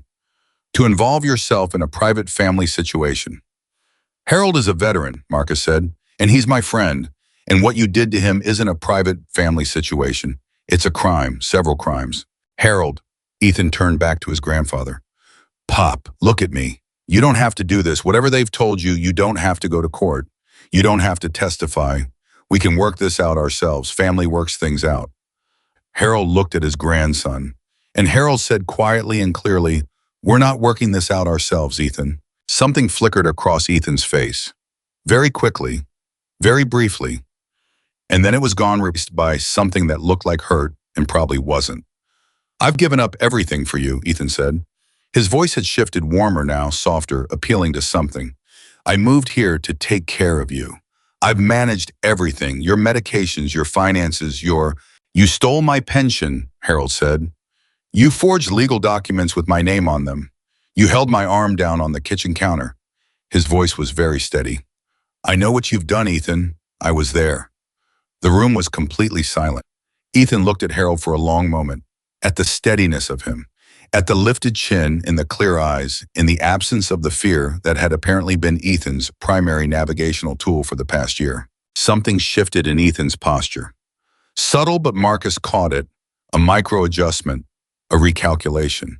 "I need you to leave," Ethan said to Marcus. "This is my grandfather's home and I'm asking you to leave." "I'm going to stay," Marcus said. "Harold." Harold looked at Marcus. "Stay," Harold said. Tom came through the door behind Marcus. He didn't say anything. He just stood there, which was an extremely effective thing for a man of Tom's dimensions to do. Ethan looked at Tom, looked back at Marcus. The calculation in his eyes went through several phases quickly like a machine running through options. "This isn't over," Ethan said, to Marcus, not to Harold. And then he stood up and went down the hallway to his room and closed the door. Marcus let out a slow breath. Harold was looking at his hands on the table. They were completely steady. "You okay?" Marcus asked. "Yes," Harold said. And then after a beat, "That's the first time I've said those things to his face." "How did it feel?" Harold thought about it for a moment. "Terrifying," he said, "and like something I should have done a year ago." Ethan left the trailer 3 days later. He packed what he could fit in his truck in 2 trips and he left without saying anything to Harold, which was a particular kind of answer to its own particular kind of question. Harold watched from the kitchen window as Ethan's truck went down the dirt track and turned onto the main road and became part of the distance. He stood at the window for a long time after the truck was gone. Rita was at the kitchen table behind him, giving him the silence without filling it. Finally, Harold said, "I thought I'd feel worse." "What do you feel?" Rita asked. Harold considered. "Quiet," he said. "I feel quiet." He turned from the window. "Is that wrong?" he asked. "That I feel quiet?" "No," Rita said. "No, Harold, that's not wrong at all." The hearing was on a Thursday in late November, 26 days after Selena Torres had filed. Marcus had made his calls weeks ago. He had communicated the time and the address and the essential nature of what was happening. And he had said nothing about numbers or logistics or expectation because with the people he was calling, none of that was necessary. He had said there is a veteran, he is going to walk into a courthouse alone, and that should not happen. He drove to the courthouse at 6 in the morning. The hearing wasn't until 10, and what he found when he pulled off the main road stopped him completely. They were already there. Not dozens, not a manageable crowd that fit neatly on a sidewalk. They were lining both sides of the street for 2 full blocks in either direction from the courthouse entrance. Hundreds of motorcycles parked in a formation so precise it looked organized by someone who cared about geometry, which nobody had told anyone to do. They had simply arrived and arranged themselves with the natural order of people who knew how to hold a line. Chapter patches from Flagstaff, from Tucson, from Phoenix, from Albuquerque, from 3 California chapters from Nevada. Veterans from other clubs who had heard through networks that moved information the way water moved through desert rock, finding every channel. Riders. Marcus had never met in person who had come because the call had gone out and the call had been enough. 395 motorcycles. Marcus sat on his bike at the end of the street and looked at all of it and had to take a moment. Tom pulled up beside him. "You knew this was coming," Tom said. "I hoped," Marcus said. "There's a difference." Marcus didn't answer. He drove slowly down the street through the columns of bikes and riders, and the people he passed nodded at him or raised a hand or simply met his eyes and held them the acknowledgement of people gathered around the same understanding. He parked at the near end of the courthouse approach and called Danny. "We're here," he said, "all of us." "I know," Danny said. "I can see you from the window." A pause. Selena saw the street when she arrived. She didn't say anything, but she smiled. Marcus went inside to find Harold. Harold was in a small waiting area outside the courtroom with Danny and Rita sitting in one of the upholstered chairs that government buildings everywhere seemed to purchase from the same dispiriting catalog. He was wearing a suit, a dark blue suit that Marcus recognized from photographs in the trailer, the one Harold had worn to his wife's funeral, the one that fits slightly differently now than it had then, but that he had clearly pressed and prepared carefully. His Korean War service pin was on the lapel. His hair was combed. He looked, Marcus thought, like a man who had decided that this day mattered enough to dress for. Harold saw Marcus come in, and his face did several things at once, relief and steadiness, and a trace of the fear that never entirely left, and beneath all of it, something newer. Something that had been building since the Friday night of the storm, and Harold's 47 minutes of truth, and the moment he'd said yes to the recording light. Something that looked, Marcus thought, like a person who had decided they deserved to take up space. "How are you doing?" Marcus asked. "I've been worse," Harold said. "You have," Marcus agreed. "You definitely have." Rita was watching Harold with the attentive quietness she'd learned was more useful than reassurance. Danny had his case folder on his knees and the look of a man who had reviewed his preparations so many times it had become part of his breathing. "Is there anything you need before we go in?" Marcus asked. Harold thought about it for a moment. Then he said, "I'd like to go outside, just for a minute, before it starts." Marcus looked at him. "Yeah. I'd like some air." They went out the main entrance together. Marcus, Harold, Tom, Rita, Danny, and Harold stepped through the doors and stopped. He stood at the top of the courthouse steps and looked at the street, at the 2 blocks of motorcycles, at the 395 people standing beside them in their leather and their patches and their scarred hands and their particular kind of stillness that was different from absence. It was presence chosen deliberately, presence as a statement, the way soldiers stand at attention, not because it's comfortable, but because the moment calls for it. Harold stood at the top of the steps and looked at all of it, and Marcus watched Harold's face. He had expected Harold to be moved.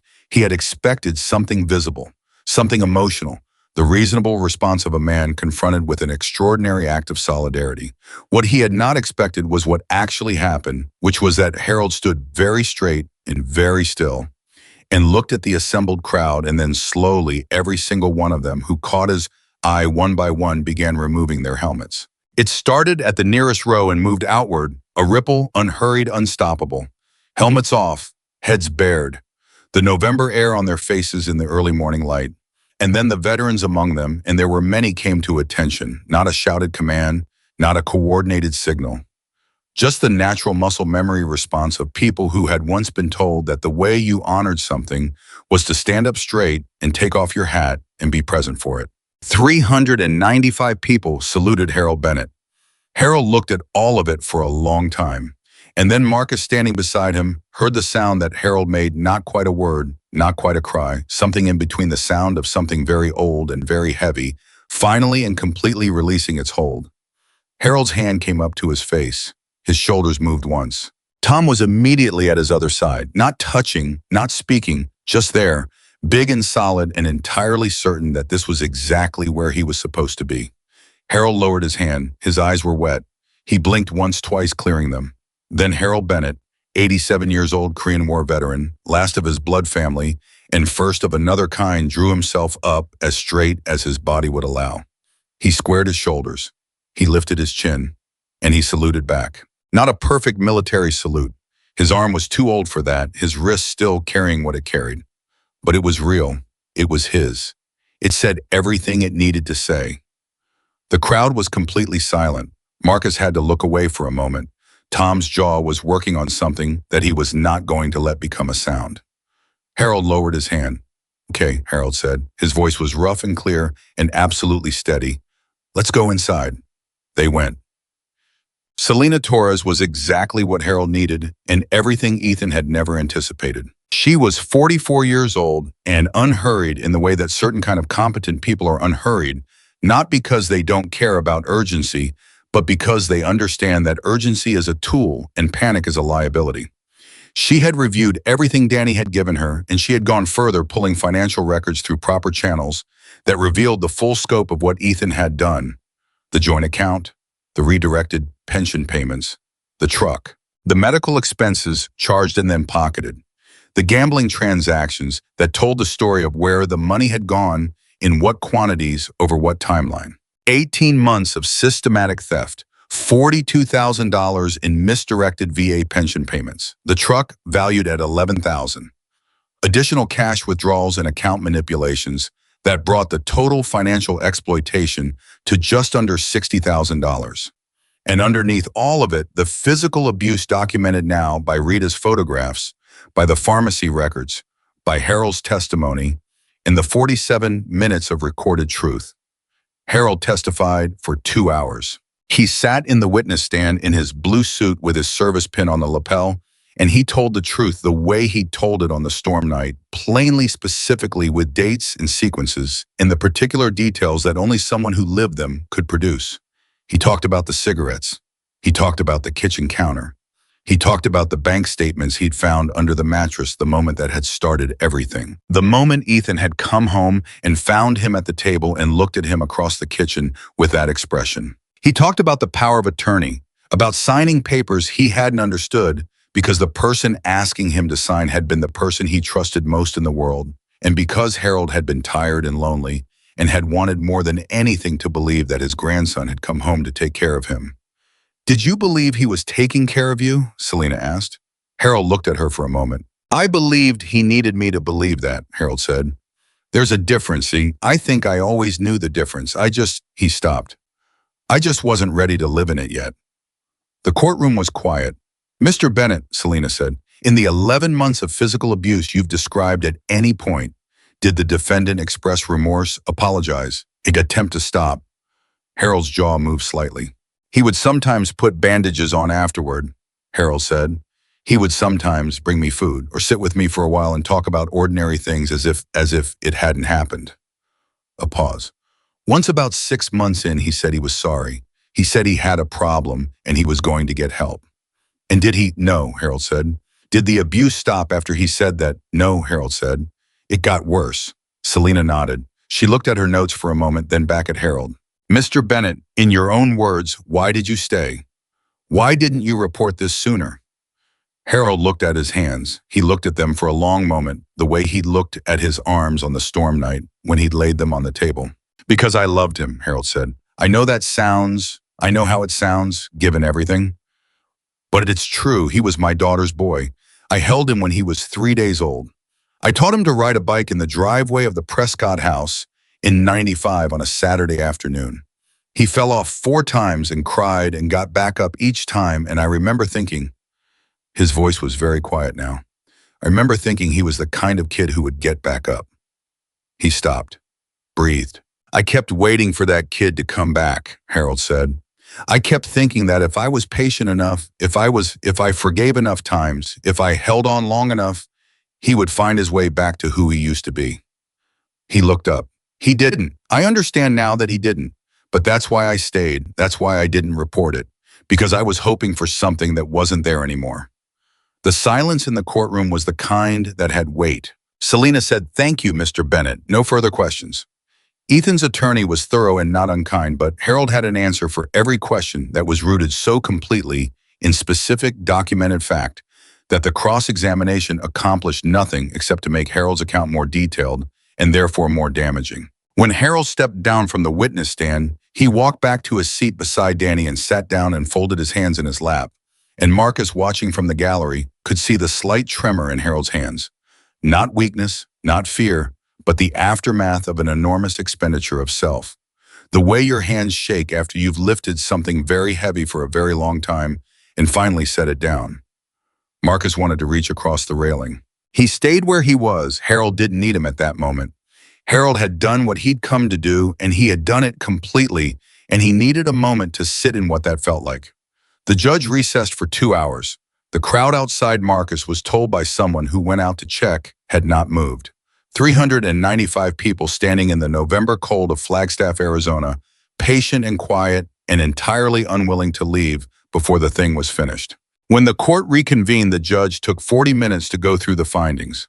The language was legal and procedural and moved through the specific charges with the methodical thoroughness of a process that existed for exactly this purpose. Elder abuse physical. Guilty.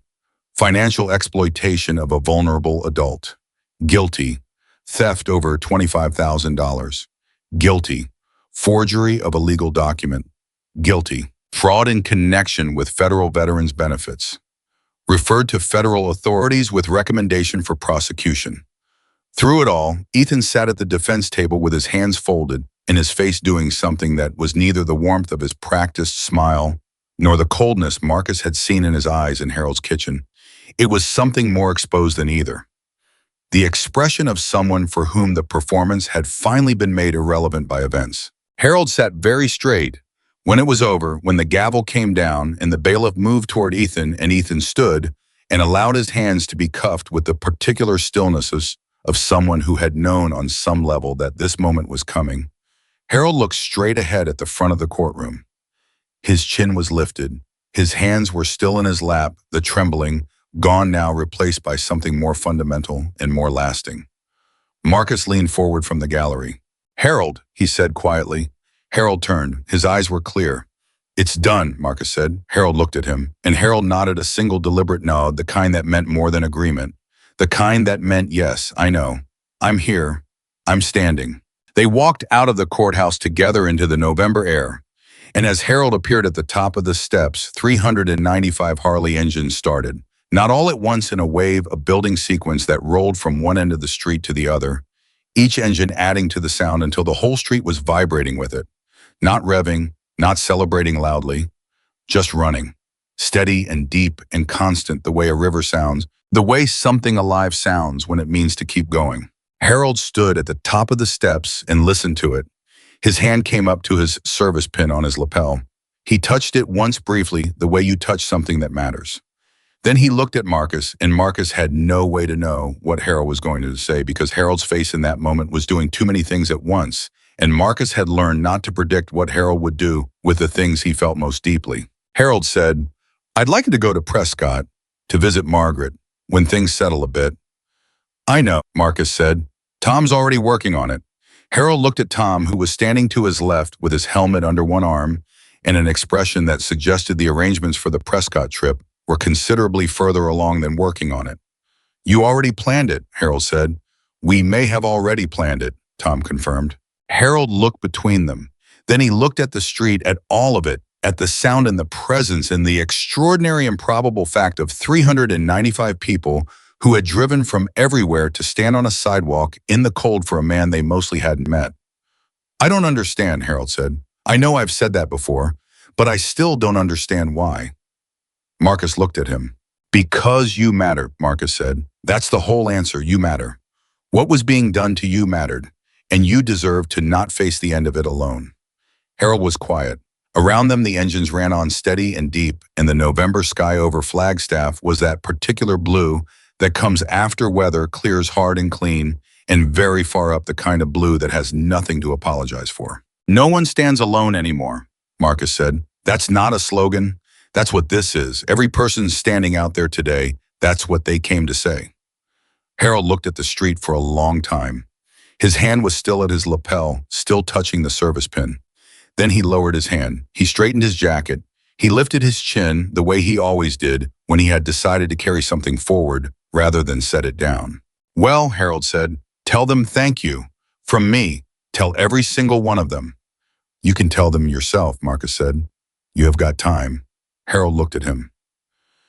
And for the first time since Marcus had found him beside the burned-out shed on a scorching August afternoon, for the first time in all the Wednesdays, in the one Tuesday, in the storm Friday, in the 2 hours of testimony, and everything before and everything between, Harold Bennett laughed. Not a polite laugh, not a courtesy laugh, a real one, full and sudden and surprised out of him by something that felt in that moment very much like the beginning of something rather than the end.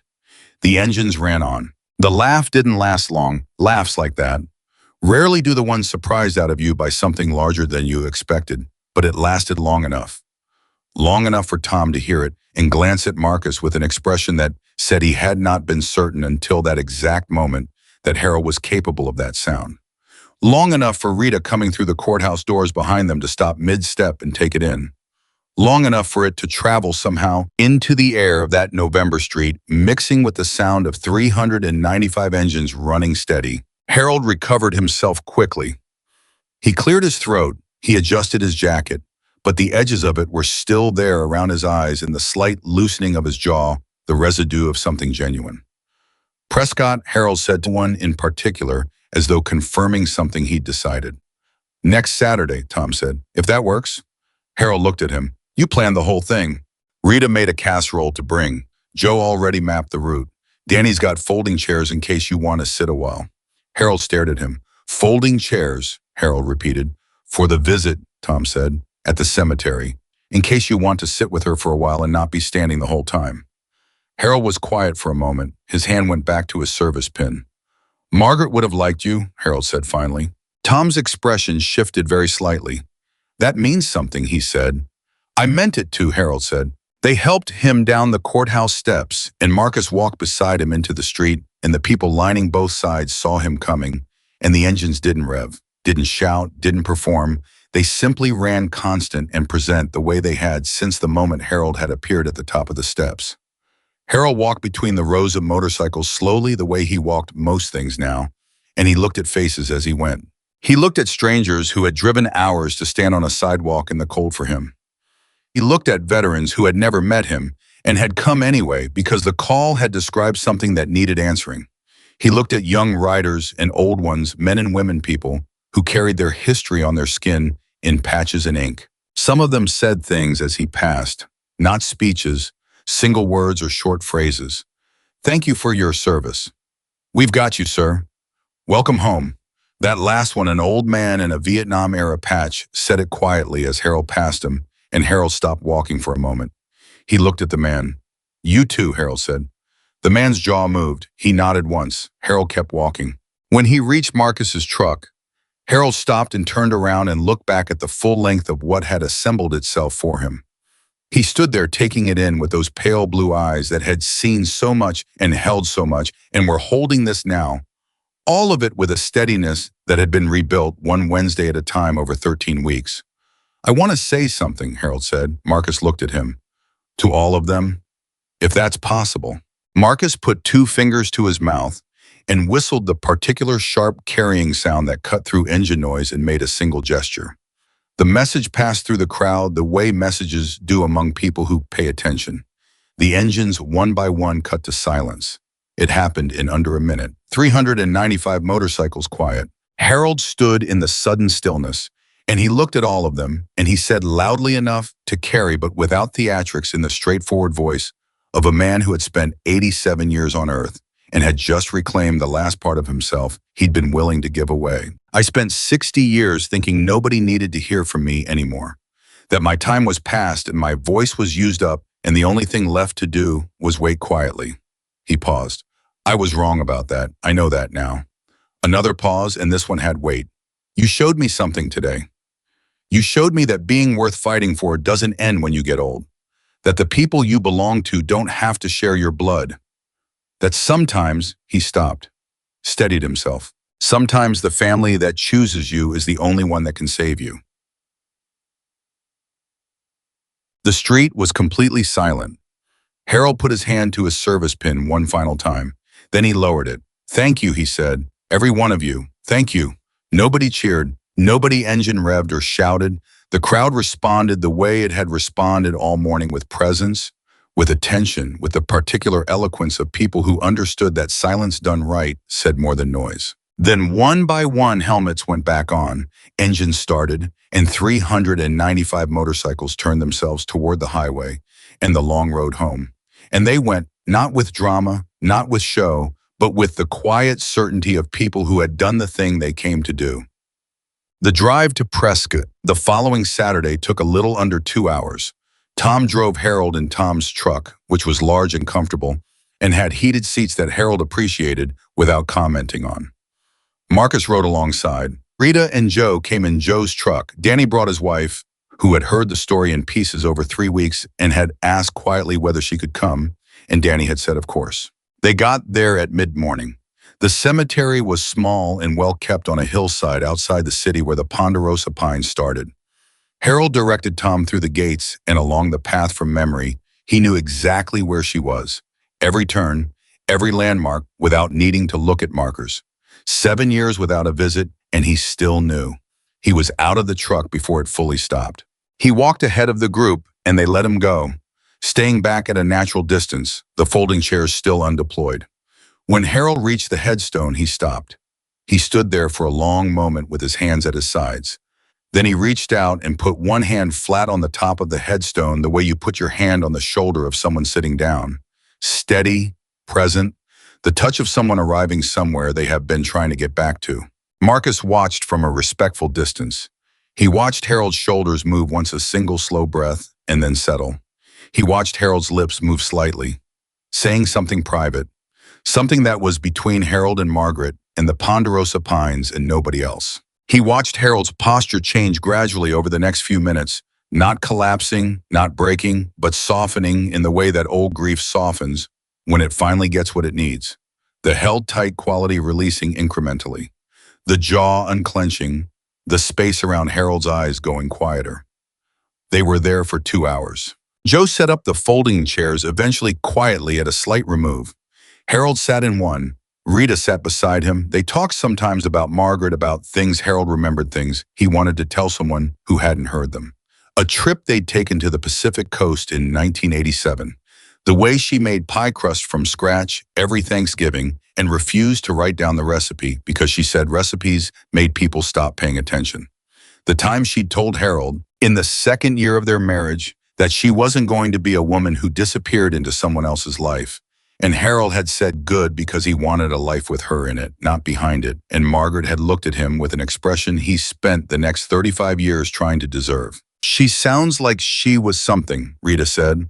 She was everything, Harold said. She was my whole orientation. You know how some people are. You always know which direction they are, even when you can't see them. That's how she was for me. He looked at the headstone. 7 years and I still know which direction she is. Rita said nothing. She just sat beside him in the folding chair and let him have that. Later, Tom walked over and sat in the grass nearby. Just present, the way Tom was present, with his massive frame folded comfortably and his face relaxed and easy. At some point, Harold started talking about Korea again. Not the cold this time, not the hill that changed hands. Something earlier, basic training 1952, a sergeant who had been the most frightening person Harold had ever met until he encountered combat and discovered what frightening actually meant. How the sergeant had looked at Harold on the first day, skinny 19-year-old from a small Arizona town, and said, "You'll either be dead or dangerous. Haven't decided which yet." Tom laughed. Actually laughed, not the managed small smile he produced most of the time, but something real. Harold looked at him, and something lit up briefly in Harold's face, the satisfaction of making someone that particular kind of laugh.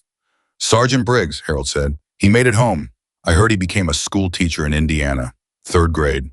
Harold shook his head. 3rd grade. Terrifying children about phonics instead of combat. Different application of the same skill set. Tom laughed again. Marcus, listening from where he stood, thought, there it is. That's what it looks like. That's what it was supposed to look like all along. And it got buried under 11 months of cigarettes and fear and a grandson who needed Harold afraid because afraid was easier to control. When they finally gathered to leave, Harold stood at the headstone a long, final moment. He said something private. He put his hand on the stone again briefly. Then he stepped back and turned to face the group that had arranged itself at a respectful distance, waiting on him. Patient and present, leather and flannel, and a casserole in the back of Joe's truck. He looked at them for a moment. "She approves," Harold said. "I can always tell." The Veterans Assisted Living Facility was called Pineview, and it sat on the northern edge of Flagstaff in the particular way that good care facilities sometimes occupy good spaces, not institutional, not sterile, with actual trees and a garden that residents could access, and a staff that used names and remembered things. Danny had found it. Rita had visited it first alone to assess it with the critical eye of a medical professional and had reported back with a single word, good, which from Rita was the equivalent of a standing ovation.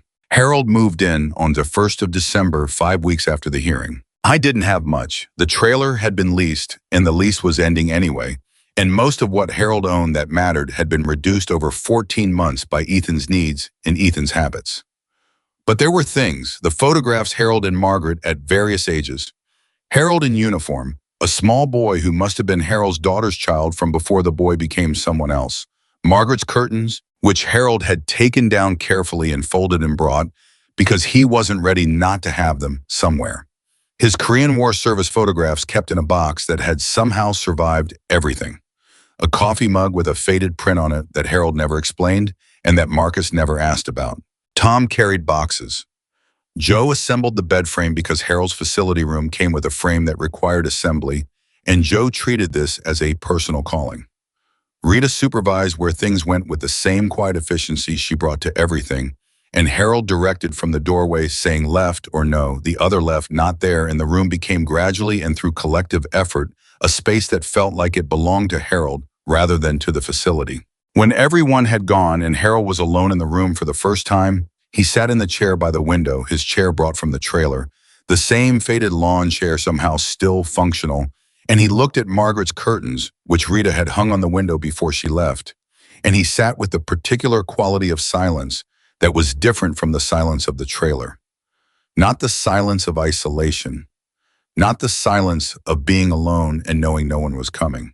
The silence of a man who was resting, genuinely resting, for the first time in a very long while. I was still sitting there when his neighbor knocked on the door. A man about Harold's age, Korean War era, by the look of him, who introduced himself as Walter and said he'd heard Harold was a veteran and wanted to say welcome. Harold said thank you, and they talked for 20 minutes about nothing in particular, and Harold found himself unexpectedly enjoying the conversation with the straightforward pleasure of someone who had forgotten that conversations could simply be that. When Walter left, Harold sat back in his chair and thought about that. The Wednesdays continued. Not out of obligation, the original purpose had been met, the original crisis resolved, the immediate danger removed, and the legal process grinding forward toward its conclusion. There was no practical reason to keep coming, and they kept coming anyway. Marcus showed up every Wednesday at noon. Sometimes Tom came, sometimes Danny, sometimes Rita, sometimes at a rotating cast of writers who had heard Harold's name and wanted to put a face to it. Harold started expecting them the way he'd learned to expect Wednesday itself as a fixed point in the week's architecture, reliable as weather patterns. They barbecued in the Pineview courtyard when the season allowed, hauling a portable grill that Joe had modified slightly for the purpose, and that the facility staff had approved with a kind of delighted surprise at being asked. Other residents filtered into the courtyard on barbecue days, drawn by the smell and the sound and the presence of people who took up space cheerfully.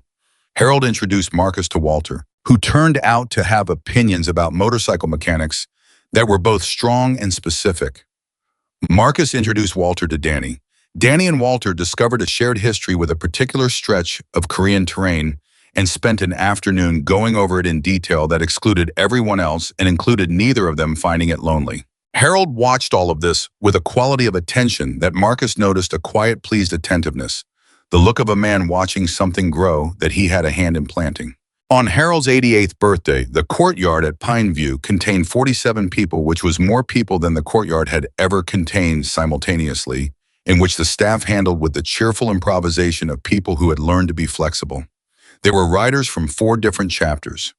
3 of Harold's new neighbors at Pineview, Walter's daughter, who had driven from Phoenix when Walter called and said she should come, a nurse named Carla, who had been Harold's primary care contact since he moved in, and who had arrived at the party in street clothes on her day off because she wanted to. Tom had made blueberry pancakes, not as a birthday cake substitute. There was also an actual cake, a chocolate one that Rita had commissioned from a bakery with Harold's name on it in blue frosting, but as a separate thing because Harold had mentioned once that Ethan's favorite childhood breakfast had been blueberry pancakes, and Tom had decided that the correct response to that information was to give Harold back the good version of the memory. Harold had looked at the pancakes when Tom set them down and said nothing for a moment. Then he said, "He really did love these." "I know," Tom said. "I know you know," Harold said. "That's why you made them." Tom shrugged slightly. Memory belongs to the person who lived it, doesn't have to belong to what came after. Harold looked at him. "You're smarter than you look," Harold said. "Most people are," Tom said. Harold laughed. He picked up a fork and ate a pancake, and it was the best one he'd ever had, which was not necessarily about the recipe. Marcus sat beside Harold at some point in the afternoon when the party had reached the comfortable middle stage where people were talking in clusters, and the noise level was the good kind of noise, the kind that meant everyone was present and engaged and not performing anything. 88, Marcus said. "Don't remind me," Harold said. "You look good for it." "I look exactly like what 88 looks like," Harold said. "Don't be diplomatic." Marcus smiled. He looked at the courtyard, at the full, loud, improbable gathering of it. "What do you think when you look at all of this?" Harold considered the question with the seriousness it deserved. "I think I almost missed it," Harold said. "That's what I think. I almost stayed in that trailer and kept quiet and missed all of it." He picked up his coffee mug, the one with the faded print that he'd never explained. "I spent a long time believing that asking for help meant admitting you couldn't manage. My generation, we didn't ask. You managed or you didn't, and you didn't talk about which." He shook his head. "I was wrong about that too. I've been wrong about a lot of things that I was very certain about." "What changed?" Marcus asked. Harold looked at him directly. "You knocked on a door I'd stopped expecting anyone to knock on," Harold said. "You didn't wait for me to open it. You just stayed outside it, long enough that I remembered the door was there." Marcus was quiet for a moment. "Harold," he said, "can I ask you something? You're going to anyway. Do you regret it? Not the reporting, not the legal part, the trusting, letting us in, the whole thing." Harold thought about it for a longer moment than Marcus expected.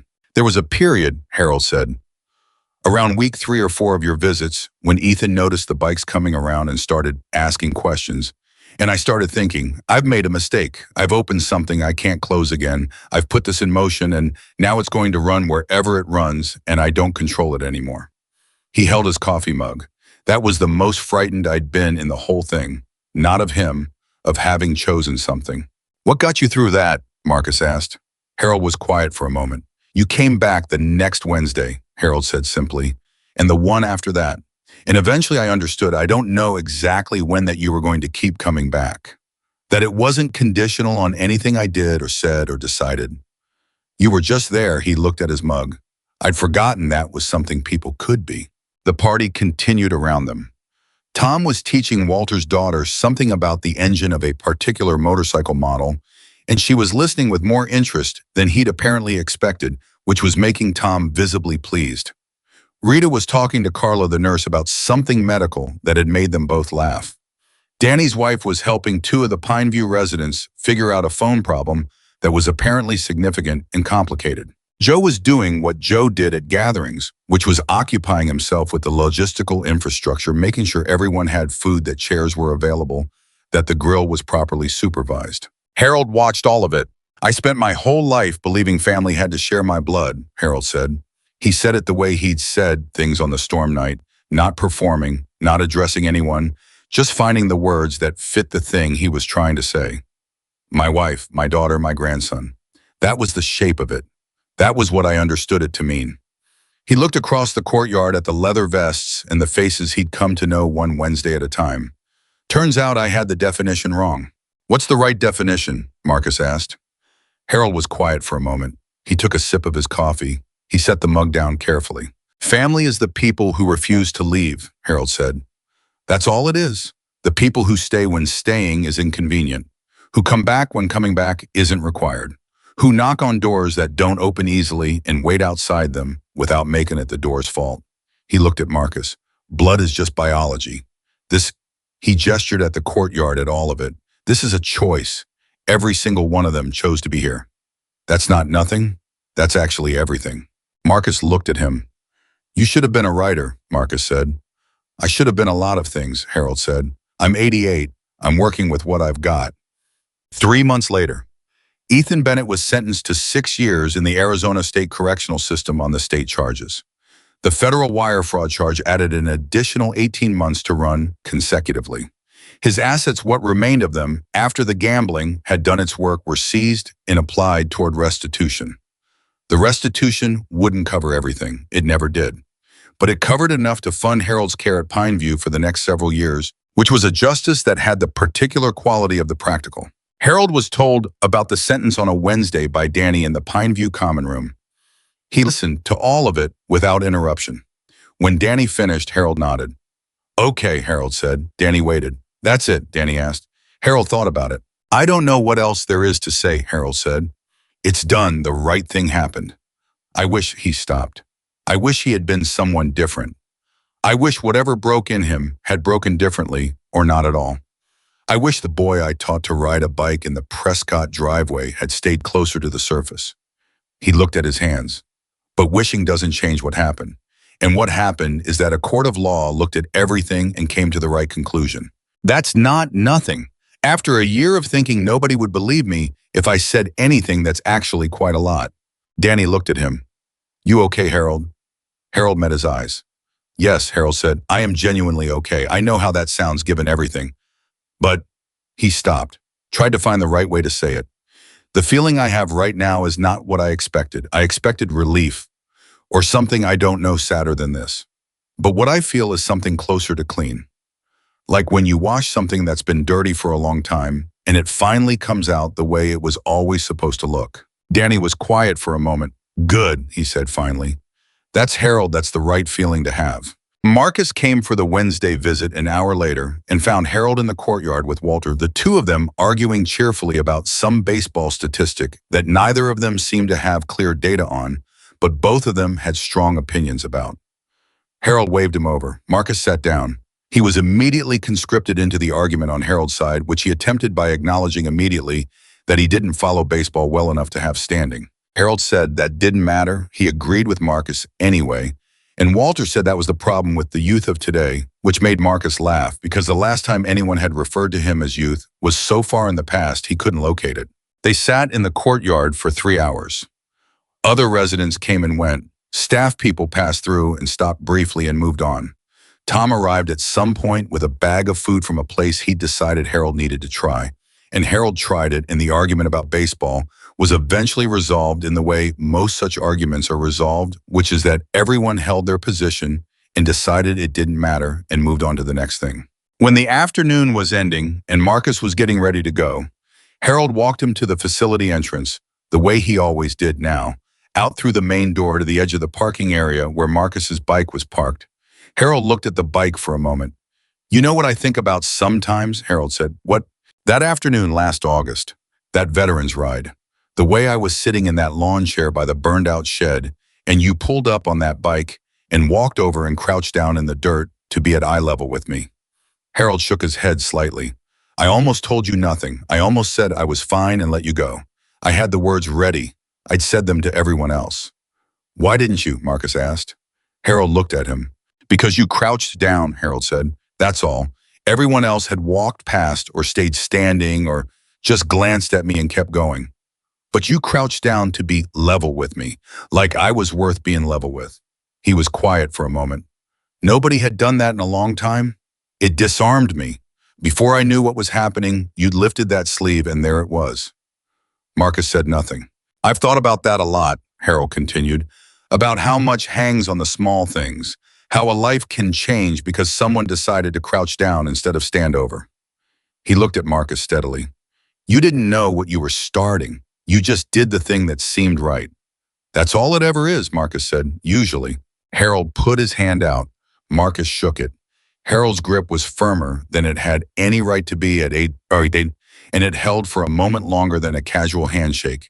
And Marcus understood it for what it was, the grip of a man saying something that was bigger than any specific words currently available.